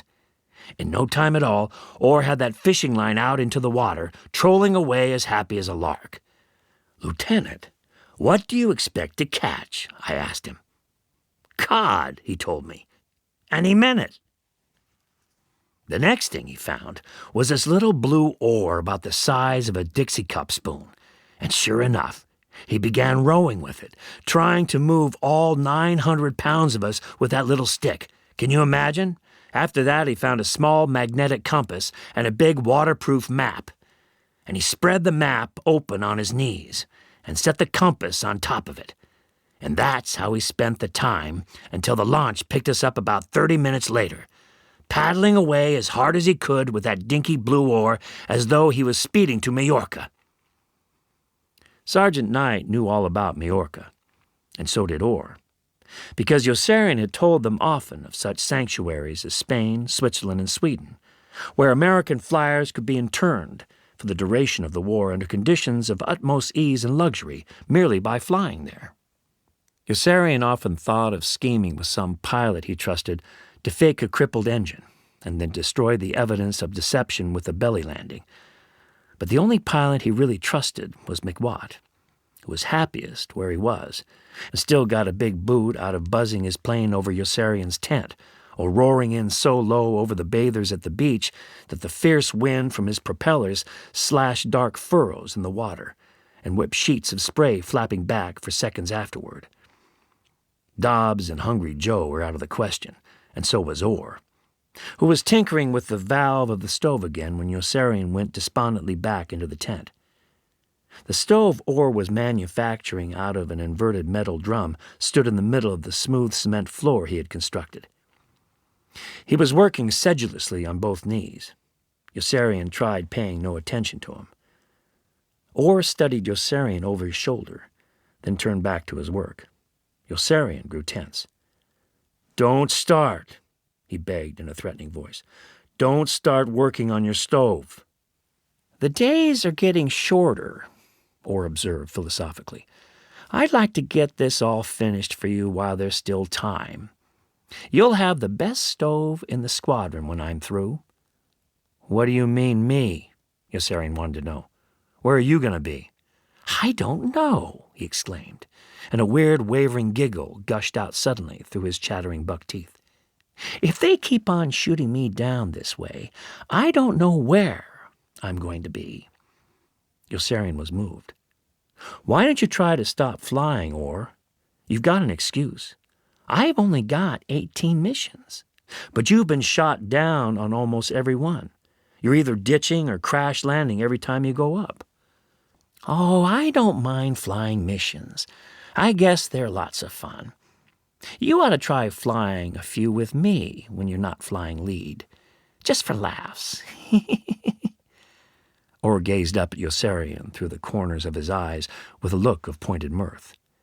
Yossarian avoided his stare. "They've got me flying lead again." "When you're not flying lead. If you had any brains, do you know what you'd do? You'd go right to Pilchard and Wren and tell them you want to fly with me." "And get shot down with you every time you go up? What's the fun in that?" "That's just why you ought to do it," Orr insisted.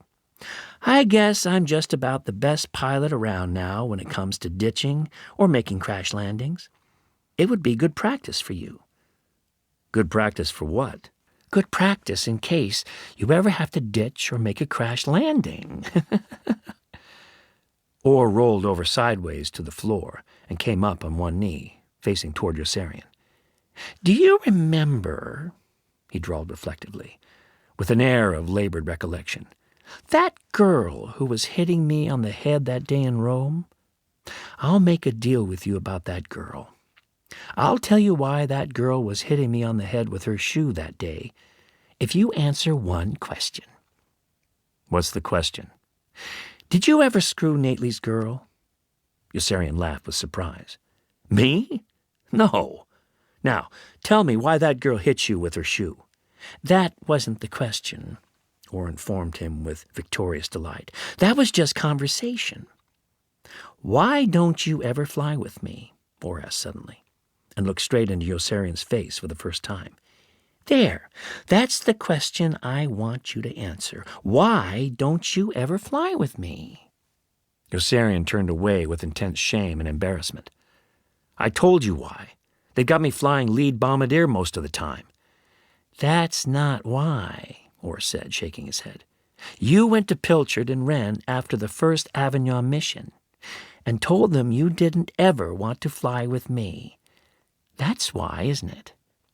Yossarian felt his skin turn hot. "No, I didn't," he lied. "Yes, you did," Orr insisted equably. "You asked them not to assign you to any plane piloted by me, Dobbs, or Hoople, because you didn't have confidence in us at the controls. And Pilchard and Wren said they couldn't make an exception of you. It wouldn't be fair to the men who did have to fly with us." "So," said Yossarian, "it didn't make any difference then, did it?" "But they never made you fly with me." Orr, working on both knees again, was addressing Yossarian without bitterness or reproach, but with injured humility, which was infinitely more painful to observe, although he was still grinning and snickering, as though the situation were comic. "You really ought to fly with me, you know. I'm a pretty good pilot, and I'd take care of you. I may get knocked down a lot, but that's not my fault. And nobody's ever been hurt in my plane. Yes, sir, if you had any brains, you know what you'd do? You'd go right to Pilchard and Wren and tell them you want to fly all your missions with me." Yossarian leaned forward and peered closely into Orr's inscrutable mask of contradictory emotions. "Are you trying to tell me something?" Orr responded. "I'm trying to tell you why that big girl with the shoe was hitting me on the head that day. But you just won't let me." "Tell me." "Will you fly with me?" Yossarian laughed and shook his head. "You'll only get knocked down into the water again." Orr did get knocked down into the water again when the rumored mission to Bologna was flown, and he landed his single-engine plane with a smashing jar on the choppy, wind-swept waves tossing and falling below the warlike black thunderclouds mobilizing overhead.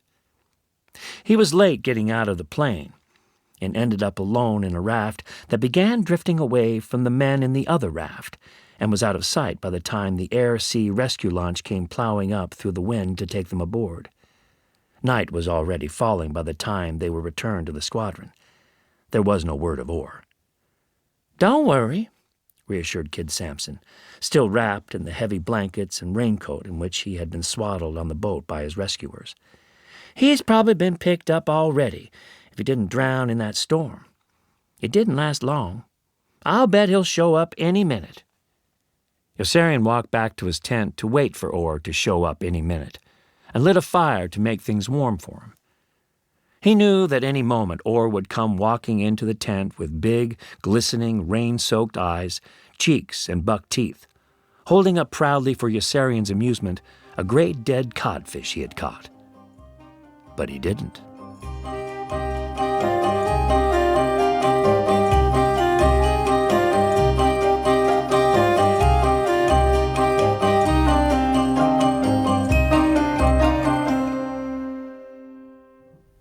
Tomorrow, Orr is lost, and low-level flying with McWatt has horrific consequences at the beach for Yossarian.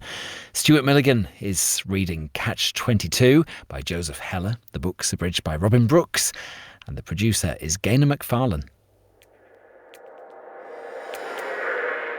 This is BBC Radio 4 Extra. Sheila Hancock, Geoffrey Palmer and Tim Key star in North by Northamptonshire in a quarter of an hour. First... Horrific consequences for Yossarian. The reader is Stuart Milligan.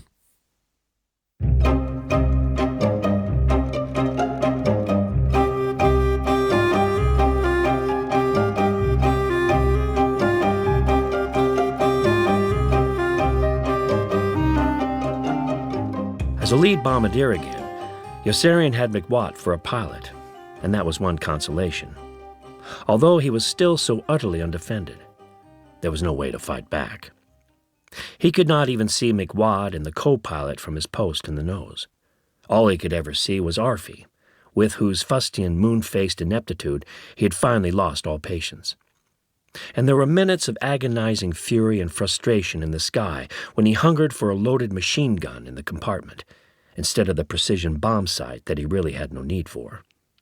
Actually, there was not much he could do with that powerful machine gun. There were no German fighters anymore, and he could not even swing it all the way around into the helpless faces of pilots like Hoople and Dobbs and order them back down carefully to the ground, as he had once ordered Kid Sampson back down, which is exactly what he did want to do to Dobbs and Hoople on the hideous first mission to Avignon the moment he realized the fantastic pickle he was in, the moment he found himself aloft in a wing plane with Dobbs and Hoople. Dobbs and Hoople. Who were they?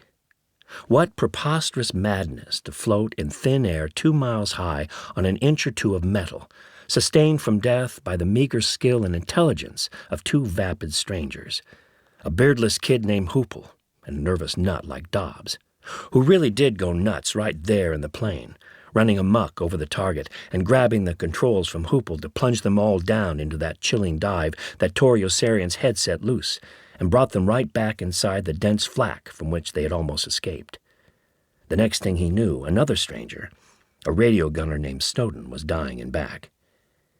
It was impossible to be positive that Dobbs had killed him, for when Yossarian plugged his headset back in, Dobbs was already on the intercom, pleading for someone to go up front and help the bombardier. And almost immediately, Snowden broke in, whimpering, "Help me.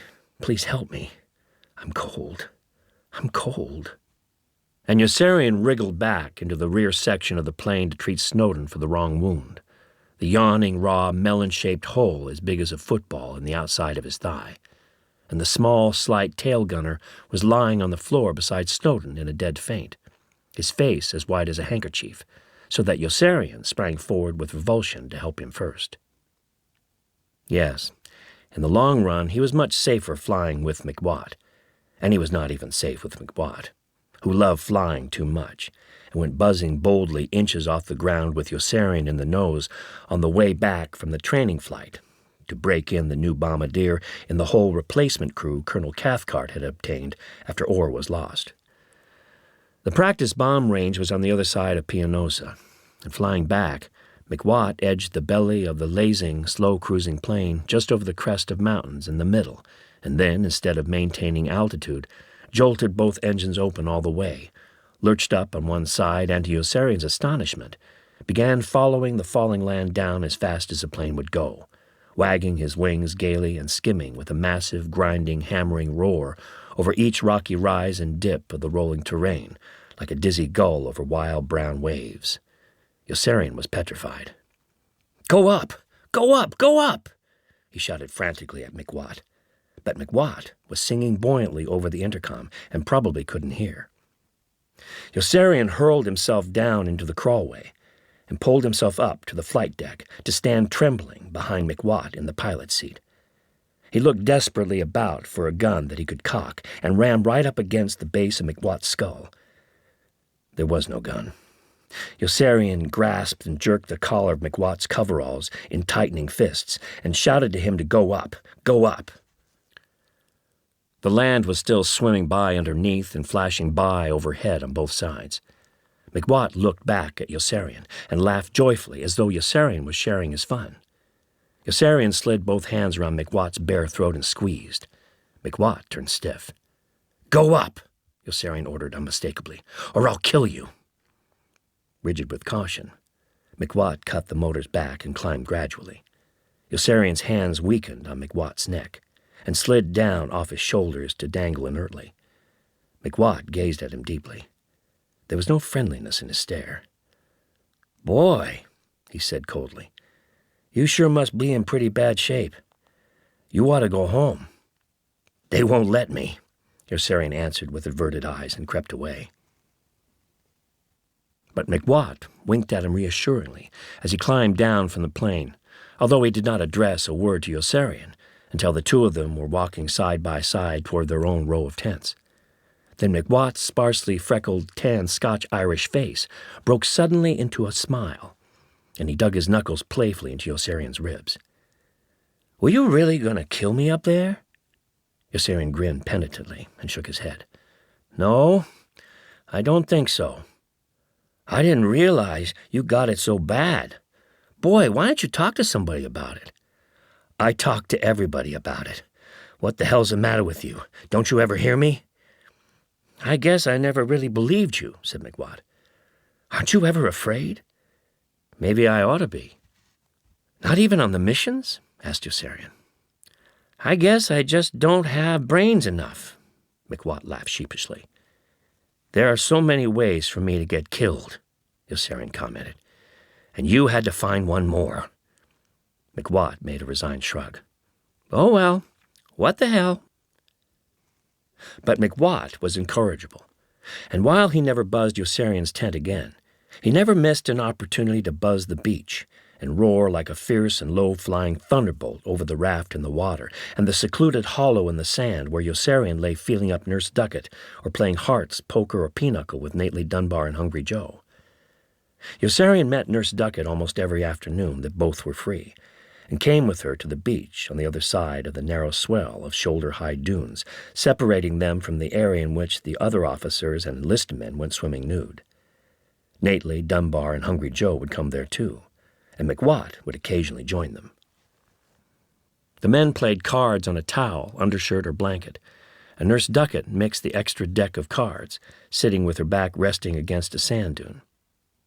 When she was not shuffling the extra deck of cards, she sat squinting into a tiny pocket mirror, brushing mascara on her curling reddish eyelashes. Occasionally she was able to stack the cards or spoil the deck in a way they did not discover until they were well into the game, and she laughed and glowed with blissful gratification when they all hurled their cards down disgustedly and began punching her sharply on the arms or legs as they called her filthy names and warned her to stop fooling around. Frequently, Yossarian brought Nurse Duckett to the beach at night. They did not make love, but just lay shivering between the blankets against each other to ward off the brisk, damp chill. The ink-black nights were turning cold, the stars frosty and fewer. The raft swayed in the ghostly trail of moonlight and seemed to be sailing away. A marked hint of cold weather penetrated the air. Other men were just starting to build stoves and came to Yossarian's tent during the day to marvel at Orr's workmanship. Yossarian was never lonely with Nurse Duckett, who really did know how to keep her mouth shut and was just capricious enough. He was haunted and tormented by the vast, boundless ocean. He wondered mournfully, as Nurse Duckett buffed her nails, about all the people who had died underwater. There were surely more than 1 million already. Where were they? What insects had eaten their flesh? He imagined the awful impotence of breathing in helplessly quarts and quarts of water. Yossarian followed the small fishing boats and military launches plying back and forth far out, and found them unreal. It did not seem true that there were full-size men aboard, going somewhere every time. He looked toward Stony Elba, and his eyes automatically searched overhead for the fluffy, white, turnip-shaped cloud in which Clevenger had vanished. He peered at the vaporous Italian skyline and thought of Orr. Clevenger and Orr. Where had they gone? Yossarian had once stood on a jetty at dawn and watched a tufted round log that was drifting toward him on the tide turn unexpectedly into the bloated face of a drowned man. It was the first dead person he had ever seen. He thirsted for life and reached out ravenously to grasp and hold Nurse Duckett's flesh. He studied every floating object fearfully for some gruesome sign of Clevenger and Orr, prepared for any morbid shock but the shock McWatt gave him one day, with a plane that came blasting suddenly into sight out of the distant stillness and hurtled mercilessly along the shoreline with a great growling, clattering roar over the bobbing raft on which blond, pale Kid Sampson, his naked sides scrawny even from so far away, leapt clownishly up to touch it.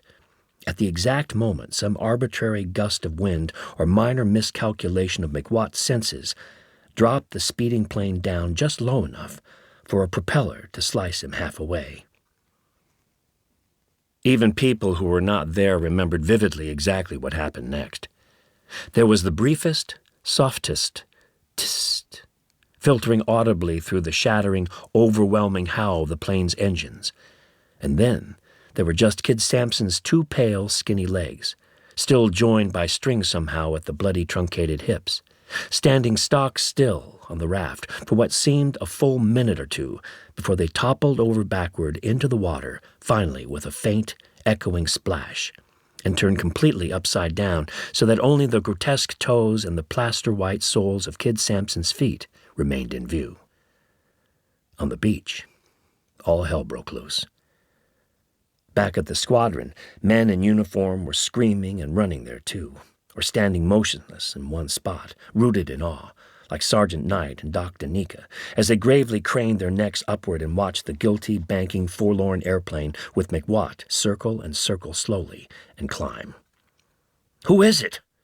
Yossarian shouted anxiously at Doc Danica as he ran up, breathless and limp, his somber eyes burning with a misty, hectic anguish. "Who's in the plane?"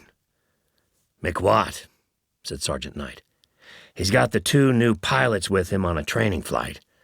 "Why doesn't he come down?" Yossarian exclaimed in despair. "Why does he keep going up?" "He's probably afraid to come down," Sergeant Knight answered, without moving his solemn gaze from McWatt's solitary climbing airplane. "He knows what kind of trouble he's in." And McWatt kept climbing higher and higher, nosing his droning airplane upward evenly in a slow oval spiral that carried him far out over the water as he headed south, and far in over the russet foothills when he had circled the landing field again and was flying north. He was soon up over 5,000 feet. His engines were soft as whispers. A white parachute popped open suddenly in a surprising puff. A second parachute popped open a few minutes later and coasted down like the first, directly in toward the clearing of the landing strip. There was no motion on the ground. The plane continued south for 30 seconds more, following the same pattern, familiar and predictable now, and McWatt lifted a wing and banked gracefully around into his turn. "One more to go," said Sergeant Knight. But Yossarian understood suddenly why McWatt wouldn't jump, and went running uncontrollably down the whole length of the squadron after McWatt's plane, waving his arms and shouting up at him imploringly to "Come down, McWatt, come down." But no one seemed to hear, certainly not McWatt, and a great choking moan tore from Yossarian's throat as McWatt turned again, dipped his wings once in salute, decided, "Oh well, what the hell," and flew into a mountain. Colonel Cathcart was so upset by the deaths of Kid Sampson and McWatt that he raised the missions to 65.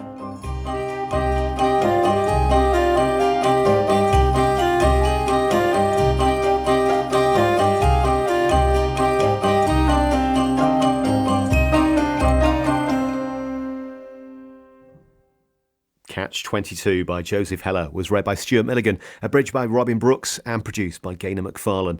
And the penultimate chapter is tomorrow at the same time. Heller's stark satire on the madness of war. Yossarian's pilot, McWatt, who loved to fly his plane too low for fun, has accidentally killed a teenage soldier with the propeller and then deliberately crashed into a mountain. Yossarian has run away for a temporary escape. Stuart Milligan reads Catch-22.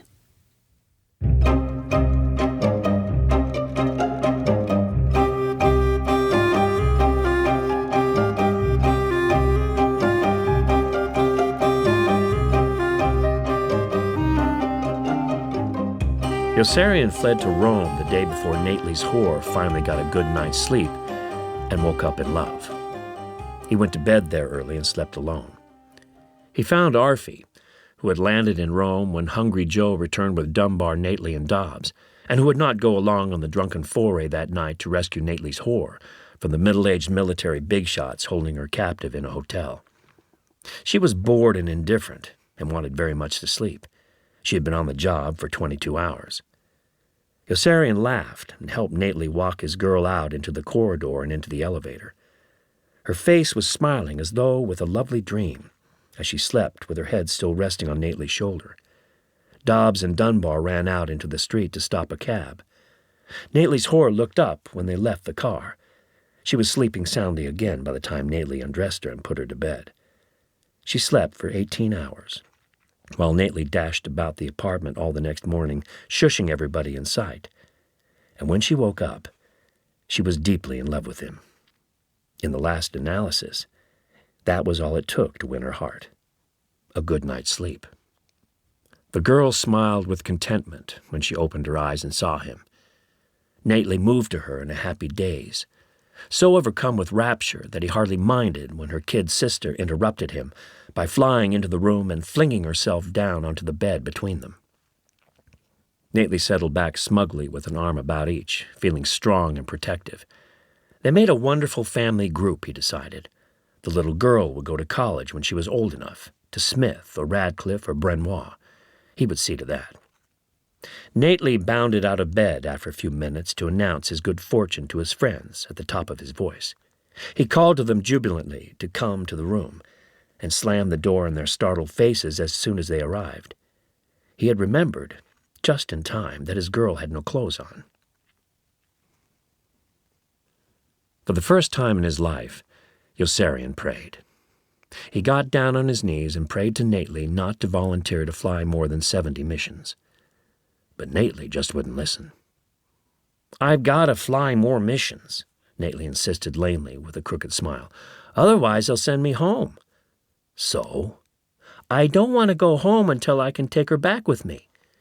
"She means that much to you?" Nately nodded dejectedly.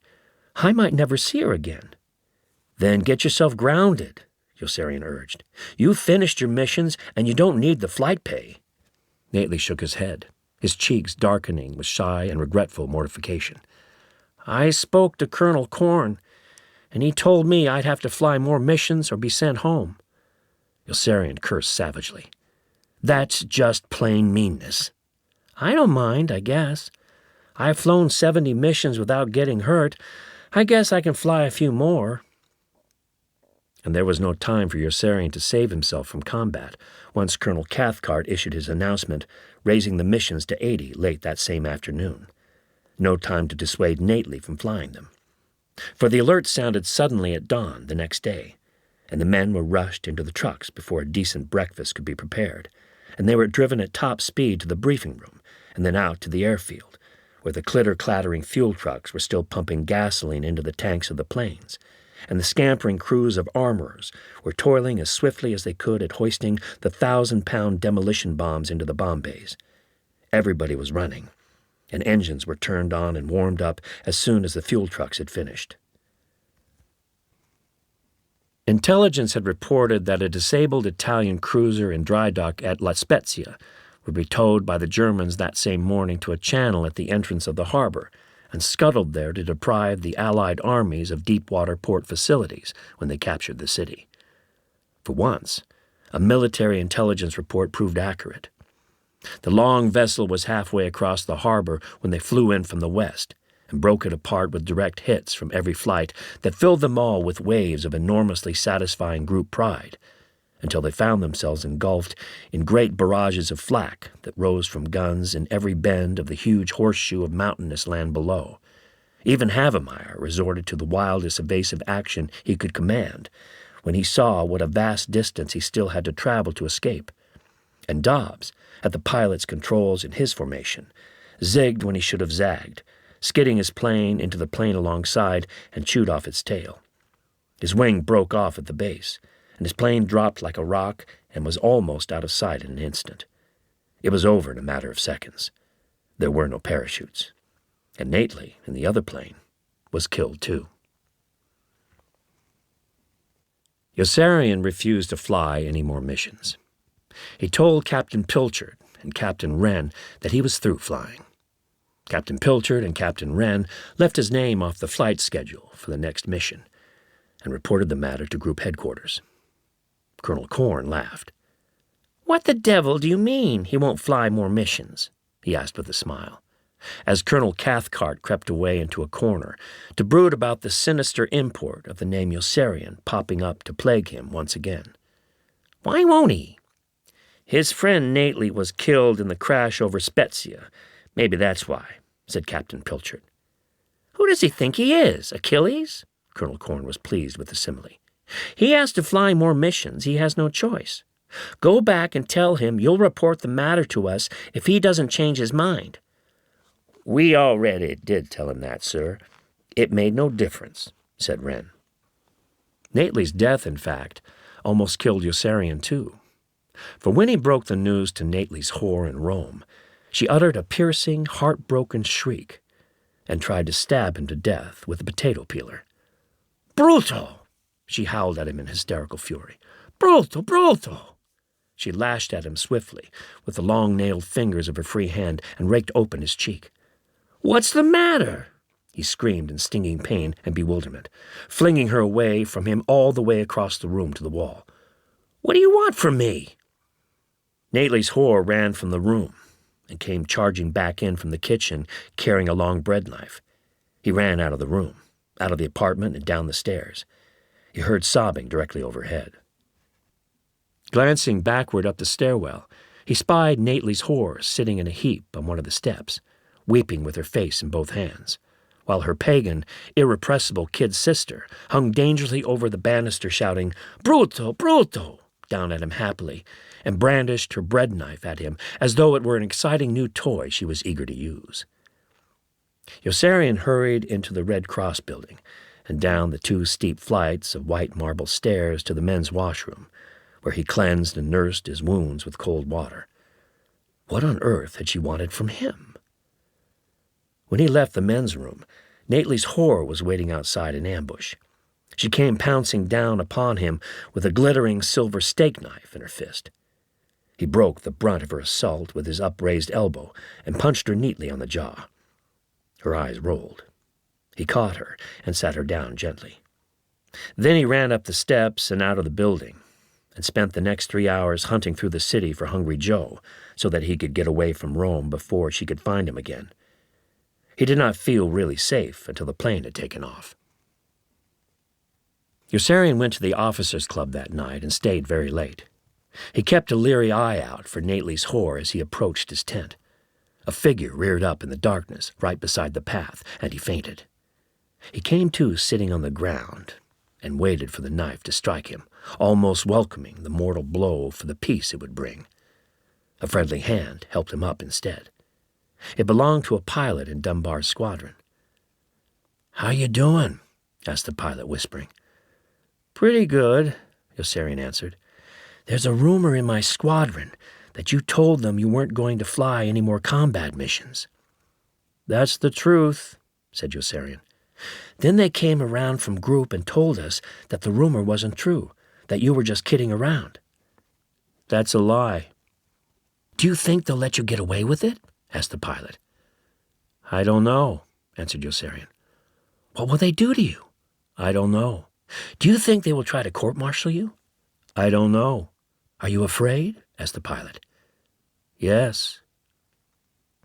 Everywhere he stepped after sundown, someone was lying in wait to pop out and ask him how he was doing. Yossarian drew near each beckoning silhouette with his hand on his gun, never knowing which hissing shadow would finally turn dishonestly into Nately's whore, or worse, into some duly constituted governmental authority sent to club him ruthlessly into insensibility. It began to look as if they would have to do something like that.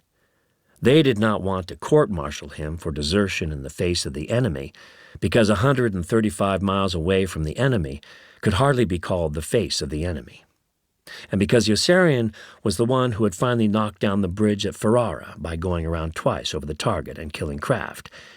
He was always almost forgetting Kraft when he counted the dead men he knew. But they had to do something to him, and everyone waited grimly to see what horrible thing it would be. Yossarian was going absent without official leave with Milo, who, as the plane cruised toward Rome, informed Yossarian in ecclesiastical tones that he was ashamed of him. Yossarian nodded. Yossarian was making an uncouth spectacle of himself by refusing to fly more combat missions, Milo said. Yossarian kept nodding in the co-pilot's seat and tried not to listen as Milo prattled on. Nately's whore was on his mind, as were Kraft and Orr and Nately and Dunbar and Kid Sampson and McWatt, and all the poor and stupid and diseased people he had seen in Italy, Egypt, and North Africa, and knew about in other areas of the world. And Snowden and Nately's whore's kid sister were on his conscience too. Yossarian thought he knew why Nately's whore held him responsible for Nately's death and wanted to kill him. Why the hell shouldn't she? It was a man's world, and she and everyone younger had every right to blame him and everyone older for every unnatural tragedy that befell them, just as she, even in her grief, was to blame for every man-made misery that landed on her kid sister and on all other children behind her. Someone had to do something, sometime. Rome was in ruins, he saw, when the plane was down. Nately's whore's apartment was a shambles. The girls were gone. Then the door to the apartment flew open, and two large, tough, brawny MPs with icy eyes and firm, sinewy, unsmiling jaws entered quickly, strode across the room, and arrested Yossarian for being in Rome without a pass. At dawn, they drove him to the airport, where two more giant MPs with clubs and white helmets were waiting at a transport plane. The plane flew to Pianosa. Two more silent MPs were waiting at the landing strip. They filed with precise, wordless discipline into two cars and sped on humming tires past the four squadron areas to the group headquarters building. The strong, purposeful, silent men towered around him as they turned toward the entrance. They trotted in resolute cadence up the wide marble staircase to the upper landing, where still two more inscrutable military policemen with hard faces were waiting to lead them all at an even faster pace down the long cantilevered balcony overhanging the immense lobby.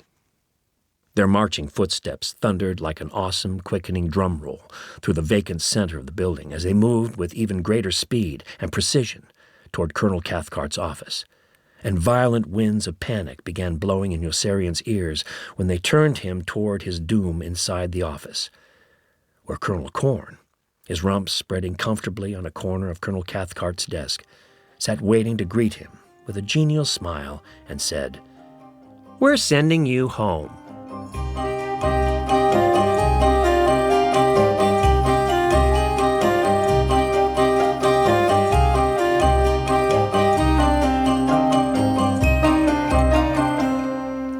Stuart Milligan was reading from Catch 22 by Joseph Heller.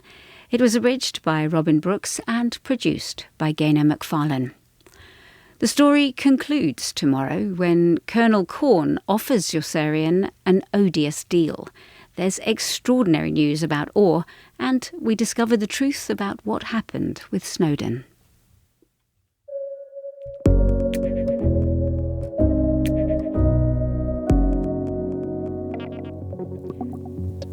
We return now to our series based on the real-life letters and diaries of the youthful and exuberant Alexandrina Victoria. It's early days for the new queen, but she is hopeful of rising to the substantial challenges of her position. Imogen Stubbs stars as young Victoria.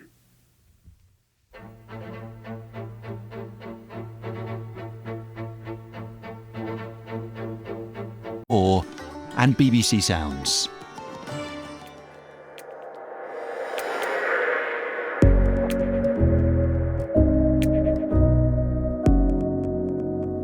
On the 10th of February 1840, Britain had a royal wedding, and we'll relive that wedding when Imogen Stubbs stars as young Victoria, our drama in 15 minutes. First, Stuart Milligan continues reading Catch 22 by Joseph Heller, in which we'll discover what really happened with Snowdon, and meanwhile Colonel Corn has offered to send Yossarian home.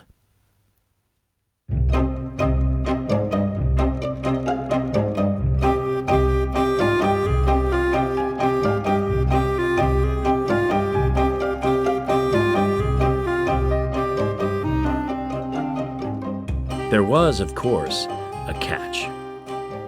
Catch 22? Inquired Yossarian. Of course, Colonel Corn answered pleasantly. After all, we can't simply send you home for refusing to fly more missions and keep the rest of the men here, can we? That would hardly be fair to them. We've worked out this little deal. What kind of deal? Yossarian demanded with defiant mistrust. I'm not sure I'm going to like it. I know you're not going to like it. Colonel Corn laughed. You're going to loathe it. It really is odious, but you'll agree to it quickly enough. You'll agree to it because it'll send you home safe and sound in 2 weeks, and because you have no choice. Just do a few little things for us, and— What sort of things? Yossarian interrupted. Oh, tiny, insignificant things. What? What must I do? Colonel Corn laughed curtly. Like us. Yossarian blinked. Like you? Like us. Like you? That's right, said Colonel Corn. Like us. Be our pal. Say nice things about us here and back in the States. Become one of the boys. That isn't going to be too easy, sneered Yossarian. Oh, it'll be a lot easier than you think, Colonel Corn taunted in return. You'll be surprised at how easy you'll find it to like us once you begin. You see, Yossarian, we're going to put you on Easy Street. We're going to promote you to Major and even give you another medal. We're going to glorify you and send you home a hero, recalled by the Pentagon for morale and public relations purposes. You'll live like a millionaire. Everyone will lionize you. You'll have parades in your honor and make speeches to raise money for war bonds. Isn't it lovely? I'm not sure I want to make speeches, Yossarian said. Then we'll forget the speeches. The important thing is what you say to people here. Colonel Corn leaned forward earnestly, no longer smiling. We don't want any of the men in the group to know that we're sending you home as a result of your refusal to fly more missions. That's why we're going to become such good pals. What will I say to the men who ask me why I refuse to fly more missions? Tell them you've been informed in confidence that you were being returned to the States, and that you were unwilling to risk your life for another mission or two. Just a minor disagreement between pals, that's all. Suppose I denounce you when I get back to the States, asked Yossarian. After you've accepted our medal and promotion and all the fanfare, said Colonel Corn, no one would believe you. The Army wouldn't let you. And why in the world should you want to? You're going to be one of the boys, remember? You'll enjoy a rich, rewarding, luxurious, privileged existence. You'd have to be a fool to throw it all away just for a moral principle, and you're not a fool. Is it a deal? I don't know, replied Yossarian. It's that or a court-martial. That's a pretty scummy trick I'd be playing on the men in the squadron, isn't it? Odious, Colonel Corn agreed amiably, and waited, watching Yossarian patiently with a glimmer of private delight. But what the hell, Yossarian exclaimed. If they don't want to fly more missions, let them stand up and do something about it the way I did, right? Of course, said Colonel Corn. Yossarian arrived at his decision with a swift grin. It's a deal, he announced jubilantly. Great, said Colonel Korn, with somewhat less cordiality than Yossarian had expected. "Welcome aboard." "Thanks, Colonel." "Exit smiling." Yossarian went out onto the balcony corridor, almost bursting into song the instant he was alone. He was home free. His act of rebellion had succeeded. He was safe. He had nothing to be ashamed of to anyone. He started toward the staircase. A private in green fatigue saluted him. Yossarian returned the salute happily, staring at the private with curiosity. He looked strangely familiar. When Yossarian returned the salute, the private in green fatigues turned suddenly into Nately's whore and lunged at him murderously with a bone-handled kitchen knife that caught him in the side below his upraised arm. Yossarian sank to the floor with a shriek, shutting his eyes in overwhelming terror as he saw the girl lift the knife to strike at him again. He was already unconscious when Colonel Korn dashed out of the office and saved his life by frightening her away. In the hospital, they gave Yossarian total anesthesia and knocked him out. He slept and woke, and the chaplain was there. Yossarian spied the chaplain's cheerful grin and asked him what in the hell he was so happy about. "I'm happy about you," the chaplain replied with excited candor and joy. "I just learned from one of the doctors that your wound is really a very slight one, and that you'll probably be able to leave in a day or two. You're in no danger. It isn't bad at all." Yossarian listened to the chaplain's news with enormous relief. "That's good." "Yes," said the chaplain, a pink flush of impish pleasure creeping into his cheeks. "Yes, that is good." "It's all part of the deal." "What deal?" asked the chaplain. "I made a deal with Colonel Korn. They'll let me go home a big hero if I say nice things about them to everybody and never criticize them to anyone for making the rest of the men fly more missions." The chaplain was appalled and rose halfway out of his chair. "But that's terrible. That's a shameful, scandalous deal, isn't it?" "Odious," Yossarian answered. "I think odious is the word we decided on." "Then how could you agree to it?" "It's that or a court-martial, chaplain." "Oh," said the chaplain, "of course. You must do whatever you think is right, then." "Don't worry," Yossarian said with a sorrowful laugh, after several moments had passed. "I'm not going to do it." "But you must do it," the chaplain insisted. "What will you do instead? You can't let them put you in prison."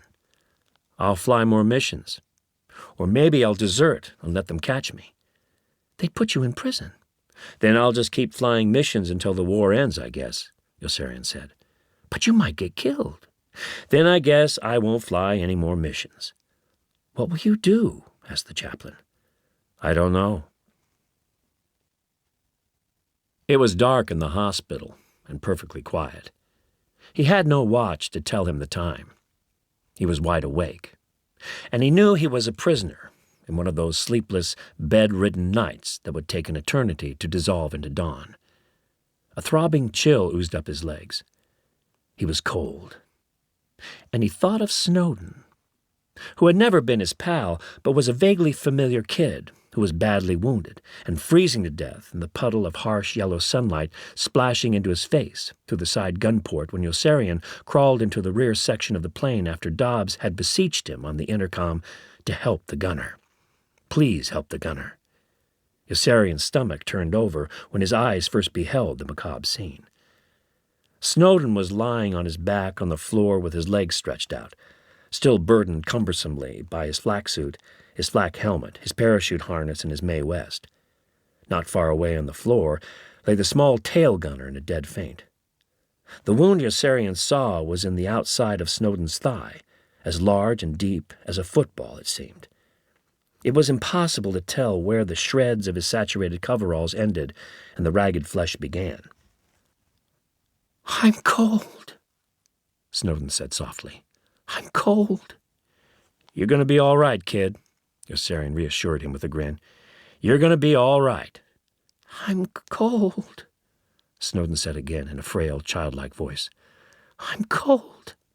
There, Yossarian said, because he did not know what else to say. There.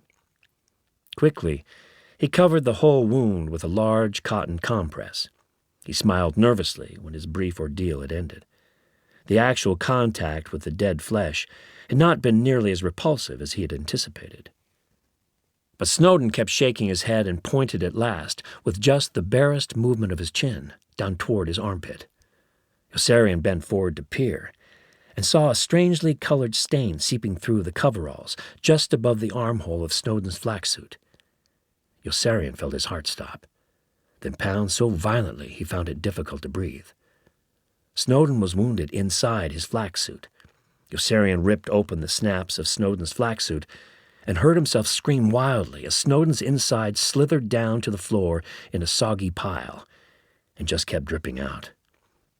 "I'm cold," Snowden whimpered. "I'm cold." There, Yossarian mumbled mechanically in a voice too low to be heard. There. He pulled the ripcord of Snowden's parachute and covered his body with the white nylon sheets. "I'm cold." There. "Colonel Corn says," said Major Danby to Yossarian, with a prissy, gratified smile, "that the deal is still on. Everything is working out fine." "No, it isn't. I'm not making any deals with Colonel Corn." Major Danby's effervescent optimism vanished instantly. "But you do have a deal with him, don't you?" he asked in anguished puzzlement. "I'm breaking the agreement." "Oh, dear," sighed Major Danby. "But why, Yossarian? It's a very good deal they're offering you." "It's a lousy deal, Danby. It's an odious deal." "Oh, dear," Major Danby fretted. "Oh, dear. What else can you do?" "I can run away." Major Danby started to retort when suddenly the chaplain, shouting at the top of his voice, came bursting into the room with the electrifying news about Orr. "Sweden!" cried the chaplain. "It's a miracle. I tell you, a miracle. I believe in God again, I really do. Washed ashore in Sweden after so many weeks at sea, it's a miracle." "Washed ashore, hell," Yossarian declared, jumping all about also and roaring in laughing exultation. "He didn't wash ashore in Sweden. He rode there." "Rode there?" "He planned it that way. He went to Sweden deliberately. Don't you understand? He planned it that way from the beginning.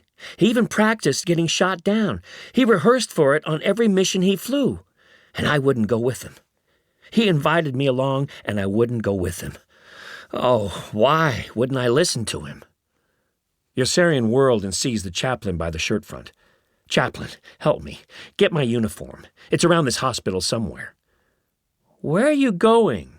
Major Danby asked apprehensively when the chaplain had shot from the room. "What are you going to do?" "I'm going to run away." "Oh, no," Major Danby groaned. "Where can you run to? Where can you go?" "To Sweden." "To Sweden?" Major Danby exclaimed in astonishment. "You're going to run to Sweden? Are you crazy? You can't even row." "Or did it?" The chaplain returned, proudly throwing on the bed a pillowcase full of Yossarian's clothing. "Chaplain, please talk to him, will you? He's deserting. He wants to run away to Sweden." "Wonderful," cheered the chaplain. "Are you going to stop me?" Yossarian asked Major Danby. Major Danby hesitated a moment. "No, of course not," he blurted out. "Of course I won't stop you. Go, for God's sakes." "Goodbye, Yossarian," the chaplain called, "and good luck. We'll meet again when the fighting stops." "So long, chaplain." "Thanks, Danby." "How do you feel, Yossarian?" "Fine." "No, I'm very frightened." "You'll have to keep on your toes every minute of every day," said Major Danby. "They'll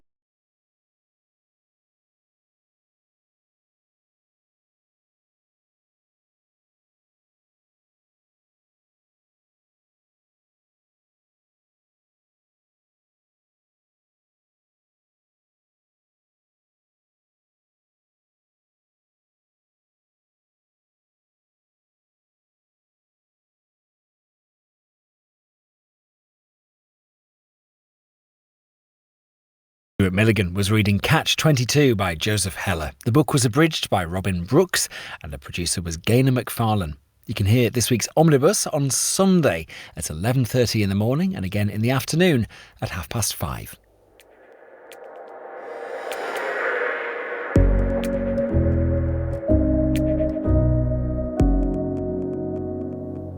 with comedy in 15 minutes, starting with Bridget Christie's Utopia. This week, Bridget wonders, could the countryside make her more content?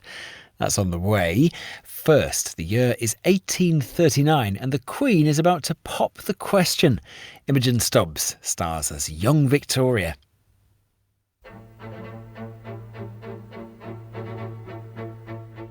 He comes the bridegroom of Victoria's choice, the nominee of Lateson's vulgar voice. He comes to take, for better or for worse, England's fat queen and England's fatter purse. Albert, you must be aware why I have sent for you. Oh, dearest Victoria. It would make me too happy if you were to consent to what I wish. To marry me. You would make me the happiest of men, as I would wish to make you. Oh, my sweet love. Oh, you are so kind, so affectionate, so loving. Oh, this is perfection. I cannot believe I am loved by such an angel. My mind is quite made up, and I told Albert this morning of it. The warm affection he showed me on learning this gave me great pleasure. He seems perfection, and I think that I have the prospect of very great happiness before me. I love him more than I can say, and I shall do everything in my power to render the sacrifice he has made as small as I can. It's Albert's turn, Lord Melbourne. Oh. Do you have enough letters, my dearest, to make a word? If I can find a certain letter. Yeah, I have it! P-L-E-A. Pleasure. A most appropriate word. Can you guess what it is? It has 8 letters. Oh, it could be anything. Tedious game. Come on, Lord Melbourne. You are usually so good at letters. It is a very common word. But not a very common thing. Is it truth or honesty? Oh, tell him, Albert. Oh, do tell him. The word is pleasure, my lord. And nothing would give me greater pleasure than to dance with you, my dear Victoria. A waltz! I must teach my bride how to waltz. Start with your left foot.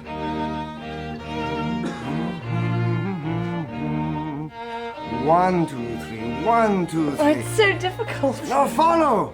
That's all you need to do. I will guide you everywhere. 1, 2, 3. That's it. That's it.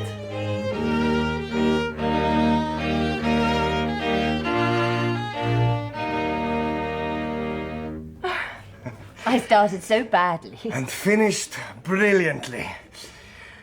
Don't you think so, Lord Melbourne?